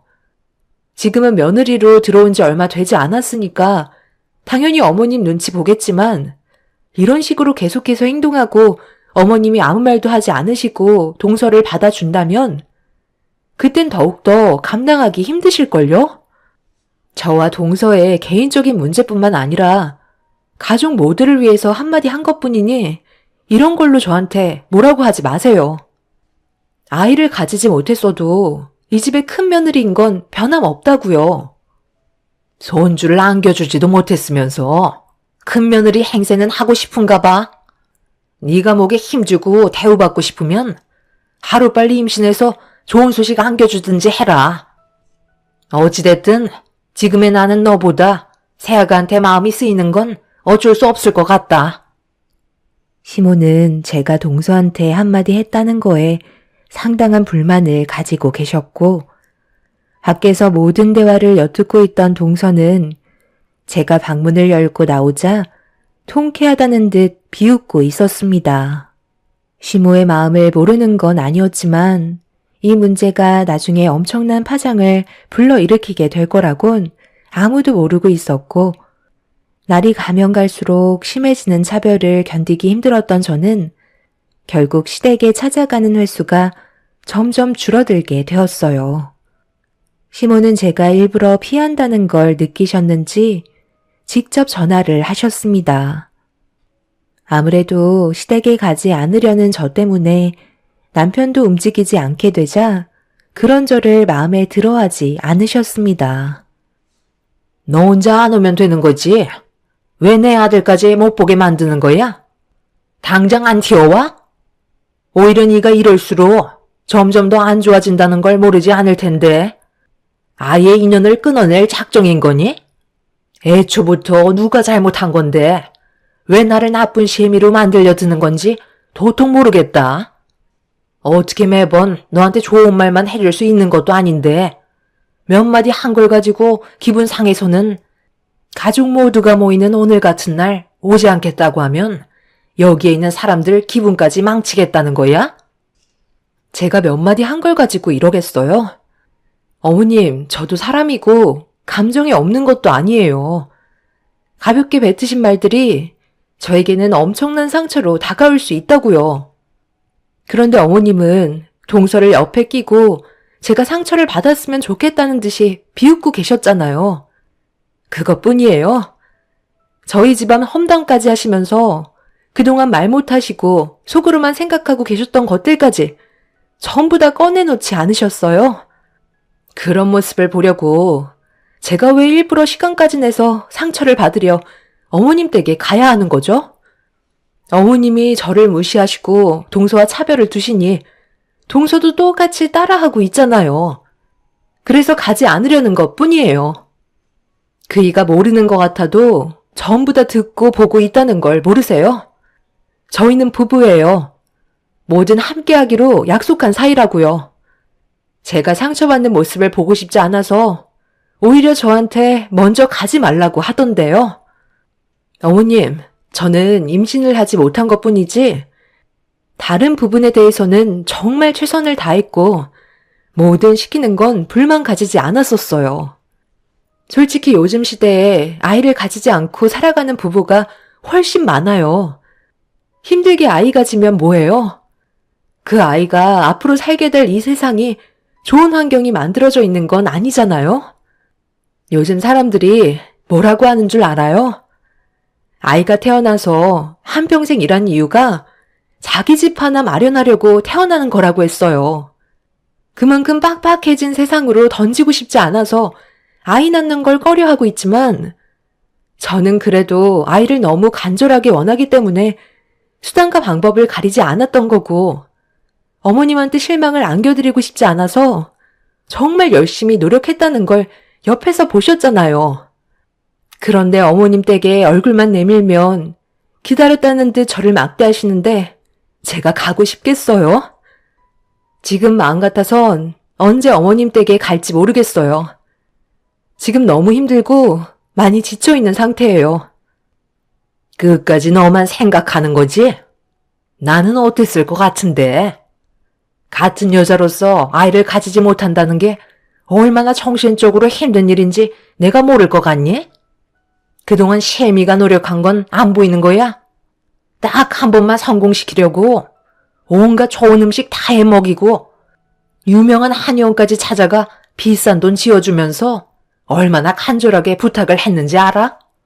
나도 뒤에서 네가 모르는 노력을 얼마나 많이 했는데 쓴소리 몇 마디 했다고 평생 얼굴 안 볼 사람처럼 행동할 거니?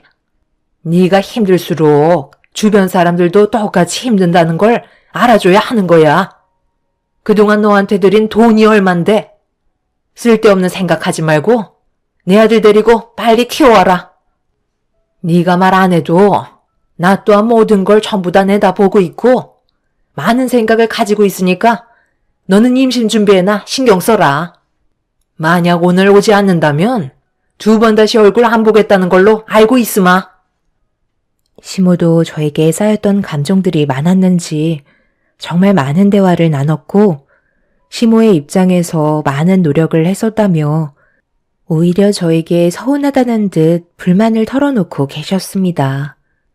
시모가 어떤 생각을 가지고 계신지는 도통 알 수가 없었어요. 모든 걸 전부 다 내다보고 있다는 말이 무슨 뜻인지 정확히 알 수 없었고 2번 다시 얼굴을 안 보겠다는 시모의 말에 남편까지 피해를 보게 될까봐 어쩔 수 없이 시댁으로 향하게 되었습니다.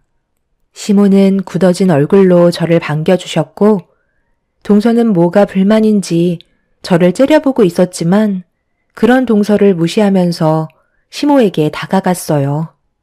아무 말 없이 주방으로 가시길래 따라 들어가자 산처럼 쌓여있는 식재료들이 눈앞에 펼쳐졌습니다. 시모는 동네 사람들과 돌아가면서 음식을 만들어 나누는 걸 좋아하시는데 시모가 부르셨던 그날이 시댁에서 음식을 준비해서 나눠드려야 하는 날이었어요. 하루 이틀 한 것도 아니고 거의 의무적으로 한 달에 한 번이나 길면 2달에 한 번 정도 했던 일인데 동네에서 마음 맞는 사람들끼리 하는 거라 사람 만나는 걸 좋아하셨던 시모는 저에게 당연하다는 듯 앞치마를 던지셨습니다. 저도 아예 까맣게 잊고 있었던 게 그날은 3달 만에 음식을 준비하는 거였고 이런 광경을 동서는 의아해하면서 왜 이런 걸 해야 하는지 모르겠다며 부정적으로 받아들이고 있었네요. 너도 우리 집안 며느리로 들어왔으면 당연히 해야 되는 거다. 첫째는 벌써 몇 년간 내 옆에서 묵묵히 해왔던 일이니까 잘 배워둬라. 1-2달에 한 번씩 한다는 건 솔직히 너무 자주 있는 거 아니에요? 1년에 한 번이면 모를까. 너무 텀이 짧은 것 같은데 이 많은 재료를 언제 다듬고 음식을 만들어요.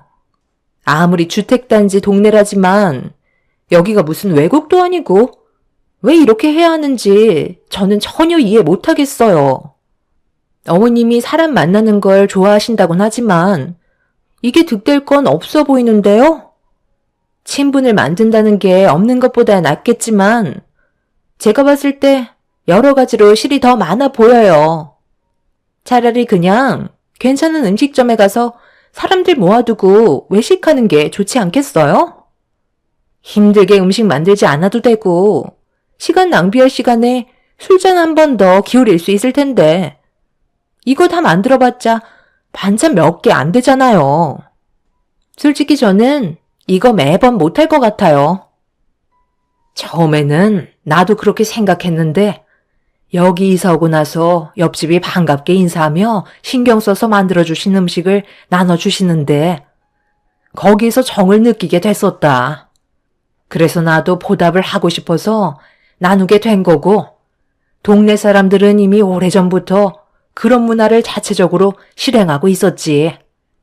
그렇게 서로 얼굴도 익히고 친해지다 보면 여러 가지로 득이 되는 게 훨씬 많았어. 사람 일은 앞으로 어떻게 될지 전혀 모르는 거다. 도움이 필요할 때 주위에 아무도 없는 것보단 손만 뻗으면 도와줄 수 있는 분들이 많다면 그것만으로도 엄청난 성과를 거두는 거 아니니? 시애미가 젊었을 적엔 이런 정을 나누는 일이 상당히 많았는데 요즘 세상은 워낙 개인주의라 사람을 보면 우선적으로 경계부터 나타내잖아. 세아가도 그런 환경에서 자라왔었기 때문에 정이라는 걸 느껴본 적 없었던 것뿐이다.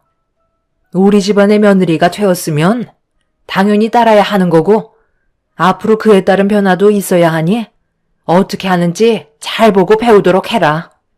음식 다 만들면 동네 사람들한테 인사시켜줄 테니 얼굴 펴고 알겠지? 이게 다 재산인 거고 나중에 아이를 가지게 되면 보고 자라는 환경에서 그 아이의 인성이 바르게 자랄 수 있게 되는 거란다. 어머님, 죄송하지만 저는 그런 노력 하고 싶지 않아요. 제 몸 하나 돌보는 것도 힘들어 죽겠는데 남을 위해 그렇게 할 생각은 더더욱 없네요. 저희 가족이 먹기에는 식재료가 너무 많다고 생각했었는데 전부 다 아무런 대가 없이 나눠주려고 힘들게 만들어야 한다는 게 정말 이해할 수가 없어요. 저희는 그냥 밖에서 외식하고 늦은 저녁에나 들어올 테니 형님 옆에 끼시고 열심히 만드세요. 그리고 앞으로 이런 일 있을 때는 저한테 연락 안 하셨으면 좋겠어요. 괜히 시간만 낭비되잖아요. 동서는 어머님이 왜 이렇게 하는지 좋게 설명해 주시는데 꼭 그런 식의 태도를 보여야 되겠어? 그래봤자 두어 시간만 하면 끝나는 일인데 뭐가 그렇게 불만이 많은 거야? 한 가족의 구성원이 되었으면 그래도 한 번쯤은 어머님 말씀에 따라야 하는 거 아니야? 지금 하는 일이 나쁜 일도 아니고 가족을 위해 하는 일인 만큼 오늘은 어머님 말씀대로 일단 따라오는 게 좋을 것 같은데? 제가 좋게 설명을 하고 있는데도 동서는 저와 시모의 말을 한 귀로 흘려 버렸고 시동생과 함께 밖에서 외식하고 오겠다며 급하게 현관문을 열고 나가 버렸습니다. 동서의 행동을 묵묵히 보고 계시던 시모는 알 수 없는 표정으로 계속해서 식재료를 다듬으셨고 저뿐만 아니라 남편과 시부 또한 옆에서 함께 정신없이 음식을 만들기 시작했어요. 그렇게 저희가 먹을 양만 남겨둔 채 동네 사람들한테 인사를 드리면서 서로의 안부를 물었고 좋은 말을 주고받으면서 하루의 일과를 마무리하게 되었습니다. 그렇게 저희 모두 시댁으로 다시 돌아와 한자리에 모여 간단한 저녁 식사와 함께 대화를 주고받고 있는데 며칠 전부터 몸이 조금씩 이상하다는 걸 느꼈었지만 그날따라 무리하게 움직여서 그런지 상당히 피로했고 속이 계속해서 울렁거리고 있었어요. 점점 표정이 안 좋아지자 시부모님과 남편은 걱정스러운 눈빛으로 저를 바라보았고 동서가 들어온 이후에 스트레스를 많이 받아서 몸살 기운이 생겼는지 미열도 있는 것 같아 방에 들어가 쉬어야만 했습니다. 그렇게 천장을 바라보며 휴식을 취하고 있는데 갑자기 온몸에 소름이 돋을 정도로 충격적인 몸의 반응을 느낄 수 있었어요. 한 달에 한 번 꼭 찾아와야 하는 그날이 오지 않았다는 걸 알 수 있었고 떨리는 마음으로 자리에서 일어나 기쁨과 두려움이 교차되는 복잡한 기분을 진정시키며 방문을 열어 시부모님께 임신을 한 것 같다는 말을 꺼내려 하는 순간 동서가 현관문을 벌컥 열더니 거친 숨을 내쉬면서 임신을 했다는 말을 저보다 먼저 꺼냈습니다. 임신 테스트기를 들어보이며 시부모님께 보여드렸고 집안은 난리가 나고 말았습니다. 그 순간 제 뱃속에는 임신이 아닐 수도 있다는 느낌적인 불안함이 엄습해와서 아무 말도 하지 않았어요. 매달 그날이 찾아온 것도 아니고 보름을 넘긴 적도 있었기 때문에 섣부르게 행동하지 않았네요. 시부모님께서는 축하한다며 기뻐 날뛰셨고 집안은 축제 분위기였어요. 동서는 저를 힐끗 쳐다보더니 보라는 듯이 자기 배를 어루만지면서 저에게 자랑을 하고 있었어요. 그리곤 저보고 들으라는 듯 임신하는 게 이렇게 쉬울 줄 몰랐다면서 몇 년간 노력해도 생기지 않았던 저에게 온갖 상처를 주고 있었습니다. 그래도 집안의 경사이기 때문에 동서에게 어색한 미소로 축하한다는 말을 꺼내게 되었네요. 남편은 제 눈치를 보면서 몸이 많이 안 좋은 것 같다며 먼저 들어가겠다고 시부모님께 인사를 드린 뒤 시댁을 나오게 되었습니다. 그렇게 집으로 돌아와서 한참 동안 슬픔에 빠져 이불 속에서 나오지도 않은 채 한참 동안 눈물을 흘리게 되었고 동서가 너무 부럽게만 느껴져서 그날 잠도 못 자고 있는데 저도 평소에 느껴본 적 없던 몸 상태에 혹시나 하는 마음으로 남편이 자고 있는 방문을 조심스럽게 열어 서랍 속에 깊이 박혀있던 임신 테스트기를 꺼내서 화장실로 들어와 검사를 하게 되었습니다. 떨리는 마음 진정시키며 질끈 감고 있던 눈을 살며시 떴는데 제 눈에 들어온 두 줄이 저를 오열하게 만들었고 그동안 그토록 보고 싶었던 아이를 가지게 되었다는 거에 기쁜 나머지 집안이 떠나갈 정도로 눈물을 쏟아내고 말았습니다. 남편은 제가 펑펑 눈물을 흘리고 있자 자다가 놀랐는지 화장실로 급하게 뛰어와서는 어디 다친 줄 알고 제 몸부터 살피고 있었는데 한쪽 손에 쥐고 있던 임신 테스트기를 건네자 남편은 몇 번이나 눈을 비비면서 재차 확인을 하더니 저와 똑같이 집안이 떠나갈 정도로 오열을 하면서 저를 안아주었네요. 그렇게 저희는 한참 동안 기쁨의 눈물을 흘렸고 남편은 시부모님께 곧장 전화를 해서 제가 임신했다는 소식을 알려드렸어요. 남편의 말이 끝남과 동시에 시부모님께서는 늦은 새벽 시간에 저희 집으로 달려오셨고 축하한다며 기쁨의 눈물을 보이셨네요. 저희가 정말 많은 노력을 했었기 때문에 시부모님께서도 쉽게 진정하지 못하셨어요. 남편은 시동생한테도 임신 사실을 알렸고 저희 부모님께서도 정말 기뻐하셨죠. 그런데 비슷한 시기에 동서와 제가 임신을 하게 되자 시부모의 관심과 사랑을 나눠야 한다고 생각했는지 동서는 제가 임신을 했다는 거에 상당한 불쾌함을 나타내고 있었어요. 돌아오는 주말에 모두가 한자리에 모여 시모가 직접 해주신 맛있는 식사를 하려는데 일이 터지고 말았습니다. 어머님, 식탁에 올려져 있는 모든 음식들은 전부 다 저를 위해 해주신 거죠? 당연히 제가 먼저 대우를 받아야 하는 거잖아요. 그렇죠? 너희들 똑같이 임신했는데 그런 게 어딨니? 쓸데없는 말 하지 말고 식기 전에 어서 들어라. 오래간만에 신경 좀 썼다. 저는 한 번에 임신했는데 형님은 그동안 아버님, 어머님 속을 뒤집어 놨었잖아요. 임신한 것도 죄송스러운 일이죠.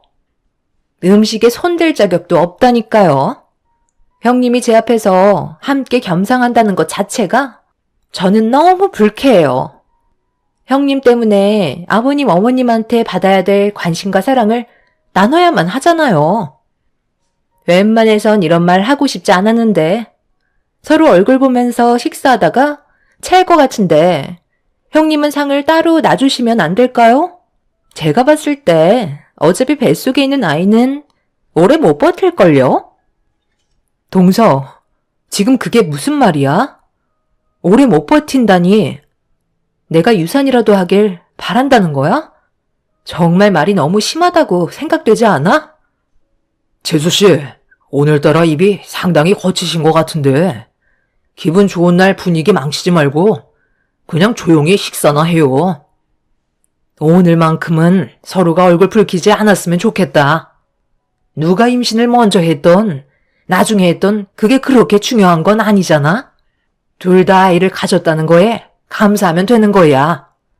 이제 그만하고 음식부터 먹도록 해라. 계속 이러면 얼굴 볼 수나 있겠니? 저는 동서를 무시했고 신경 쓰지 않으려 애쓰고 있었어요. 힘들게 가진 아이한테 조금이라도 스트레스를 주고 싶지 않았습니다. 그런데 동서는 그런 제가 꼴보기 싫었는지 반찬 위로 젓가락이 올라가면 동서는 제 젓가락을 옆으로 밀치면서 어른답지 못한 행동을 보이고 있었습니다. 석사 과정을 밟고 대기업에 들어간 동서가 뭐가 부족해서 저를 경쟁 상대로 생각하는지 이해할 수 없었어요. 그런데 제가 동서를 계속 무시하면서 묵묵히 식사를 하던 그 순간 식탁에 올려져 있던 음식들을 제 얼굴에 쏟아붓더니 저 혼자 다 먹으라면서 난리를 쳤고 너무 갑작스럽게 일어난 일이라 심장 박동수가 빨라지면서 호흡 조절이 되지 않았습니다. 동서는 오히려 자기가 먹으려는 반찬마다 제가 가로챘다며 말도 안 되는 억지를 부리고 있었어요. 남편은 저를 보호하기 위해 모이는 건 당분간 안 하는 게 좋겠다며 서둘러 저를 데리고 시댁에서 빠져나왔어요. 마음 같아서는 동서의 머리채를 잡고 싶었지만 뱃속의 아이의 안전이 우선이었기 때문에 최대한 침착하게 행동할 수밖에 없었습니다. 그렇게 저희는 집으로 돌아오게 되었고 남편은 시동생한테 전화를 해선 온갖 막말을 퍼부으며 난리를 치기 시작했어요. 수화기에서는 시동생이 남편에게 미안하다는 말만 반복해서 들리고 있었죠. 그날 이후 저희는 모임 자체를 가지지 않았어요. 시부모님께서도 최대한 조심하는 게 좋을 것 같다고 판단하셨습니다. 시부모님께서는 중간중간 제 몸 상태를 확인하기 위해 직접 찾아오시는 걸로 방법을 바꾸셨네요. 그렇게 안정을 취하면서 시간이 지나자 그토록 바라던 아이의 얼굴을 보게 되는 날이 가까워 오게 되었습니다. 시모와 함께 찾은 산부인과에서는 곧 출산이라는 말을 들을 수 있었고 그렇게 하루빨리 뱃속에 있는 아이의 얼굴을 보기 위해 손꼽아 기다리고 있던 어느 날 진통이 느껴지기 시작하면서 몸에선 출산의 준비를 시작하고 있었습니다. 남편의 도움을 받아 급하게 산부인과로 향했는데 그곳에 도착을 하자마자 동서의 목소리를 듣게 되었어요. 저보다 빨리 진통이 시작되었는지 거친 숨을 내쉬면서 출산 준비를 하고 있었습니다. 그런데 동서가 저를 보자마자 분노한 얼굴로 달려들려 하길래 남편이 가로막아서며 시동생한테 빨리 데려가라며 화를 내기 시작했어요. 하필 많고 많은 산부인과에서 동서와 똑같은 날 출산하게 될 거라곤 상상도 못했습니다. 그리고 뒤이어 시부모님께서 산부인과에 도착을 하셨고 진통을 겪으면서도 난리를 치고 있던 동서를 본 시모는 한숨을 내쉬셨네요. 동서는 자기가 먼저 출산할 거라면서 이성을 잃은 모습을 보이길래 진정이 필요할 것 같다며 1인실로 잡아주었고 저는 다인실로 등 떠밀며 서둘러 들어가게 하셨네요. 그렇게 한참 동안 진통을 겪다가 아이가 나올 때가 되었는지 급하게 출산실로 옮겨지게 되었고 몇 시간 뒤에 그토록 듣고 싶었던 아이의 울음소리를 제 귀로 들을 수 있었습니다. 뒤이어 동서도 출산을 했는지 아이의 울음소리가 연속해서 들려왔어요. 그토록 바라던 아이를 품에 안게 되면서 세상을 다 가진 것 마냥 기쁨의 눈물을 흘렸고 가족 모두 축하해 주었네요. 그렇게 몸조리를 하면서 조금씩 회복을 해나가고 있었는데 1인실에 있던 동서의 가족분들도 오셨는지 시끌벅적한 소리가 들려오고 있었어요. 아이를 출산하고 서로 마주칠 일은 없었지만 동서가 어떤 돌발 행동을 할지 몰라 매일 불안에 떨고 있었어요. 그래서 남편한테 다른 곳으로 옮기는 게 좋을 것 같다고 얘기하고 있는데 문을 열고 동서가 들어오려 하던 그 순간 시모가 버럭 화를 내면서 동서에게 들어가지 말라고 소리를 지르기 시작하셨어요. 순간적으로 얼음이 된 동서는 무섭게 변해버린 시모의 모습을 보고 뒷걸음질 치고 있었습니다. 200만 원짜리 1인실에 집어넣어 줬으면 그 안에 박혀 있으면 되지. 뭐하러 또 기어 나온 거야? 내가 너를 더 이상 봐줄 수가 없다. 출산하는 데까지 그 난리를 피워? 성격이 어쩜 그리 고약한 거야? 오늘 이 시간 이후로 첫째한테 한 번만 더 다가가기만 해봐.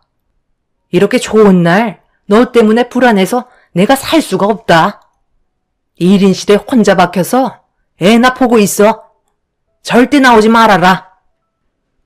동서는 시모의 막말에 큰 상처를 받았는지 1인실로 돌아가 버렸고 다인실로 들어온 시모한테 인사를 드리려고 천천히 몸을 일으켜 두 발이 땅에 닿으려는 순간 뒤에서 많은 분들이 저를 축하해 주려고 오셨어요.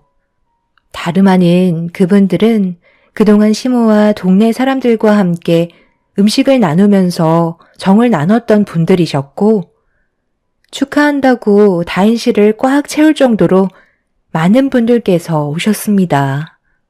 모두들 제가 임신이 안 돼서 힘들 때 함께 괴로워하며 아픔을 나눠주셨던 분들이셨는데 출산했다는 소식에 시모가 동네 사람들을 전부 다 모시고 오셨던 거였네요. 저는 너무 감사한 나머지 눈물을 쏟아내었고 동네 분들은 그동안 고생 많았다면서 저에게 봉투 하나씩을 건네셨습니다. 그 안에는 출산 축하금이 들어있었고 적지 않은 금액을 준비해 주셨네요. 상상도 못했던 경험을 하게 된 저는 시모의 말대로 인생을 어떻게 살아가야 하는지 느낄 수 있었습니다. 순식간에 침대에는 돈봉투가 한가득 쌓이게 되면서 돈방석에 앉아있는 기분이 들게 되었습니다. 동서는 문틈 사이로 많은 분들께 사랑을 받고 있는 저를 보며 부러운 듯 쳐다보고 있었습니다. 그리고 그날 이후 동서도 느끼는 게 많았는지 저를 대하는 행동들도 변하기 시작했고 지금은 한 가족의 구성원으로 최선을 다해 살아가고 있습니다. 분명 안 좋은 일들도 있었지만 동서가 깨우치는 부분들이 많았는지 그동안 저에게 했던 행동들에 대해 용서를 구하면서 관계 회복을 할 수 있었네요. 앞으로 저희 가족의 앞날에 좋은 날들만 펼쳐졌으면 좋겠습니다. 제 글을 들어주신 분들께서도 이 빡빡한 사회에 서로 정을 나눠보시면 어떨까요? 제 사연 들어주신 분들, 오늘 하루도 기쁨 넘치는 날이 되시길 바랍니다. 감사합니다.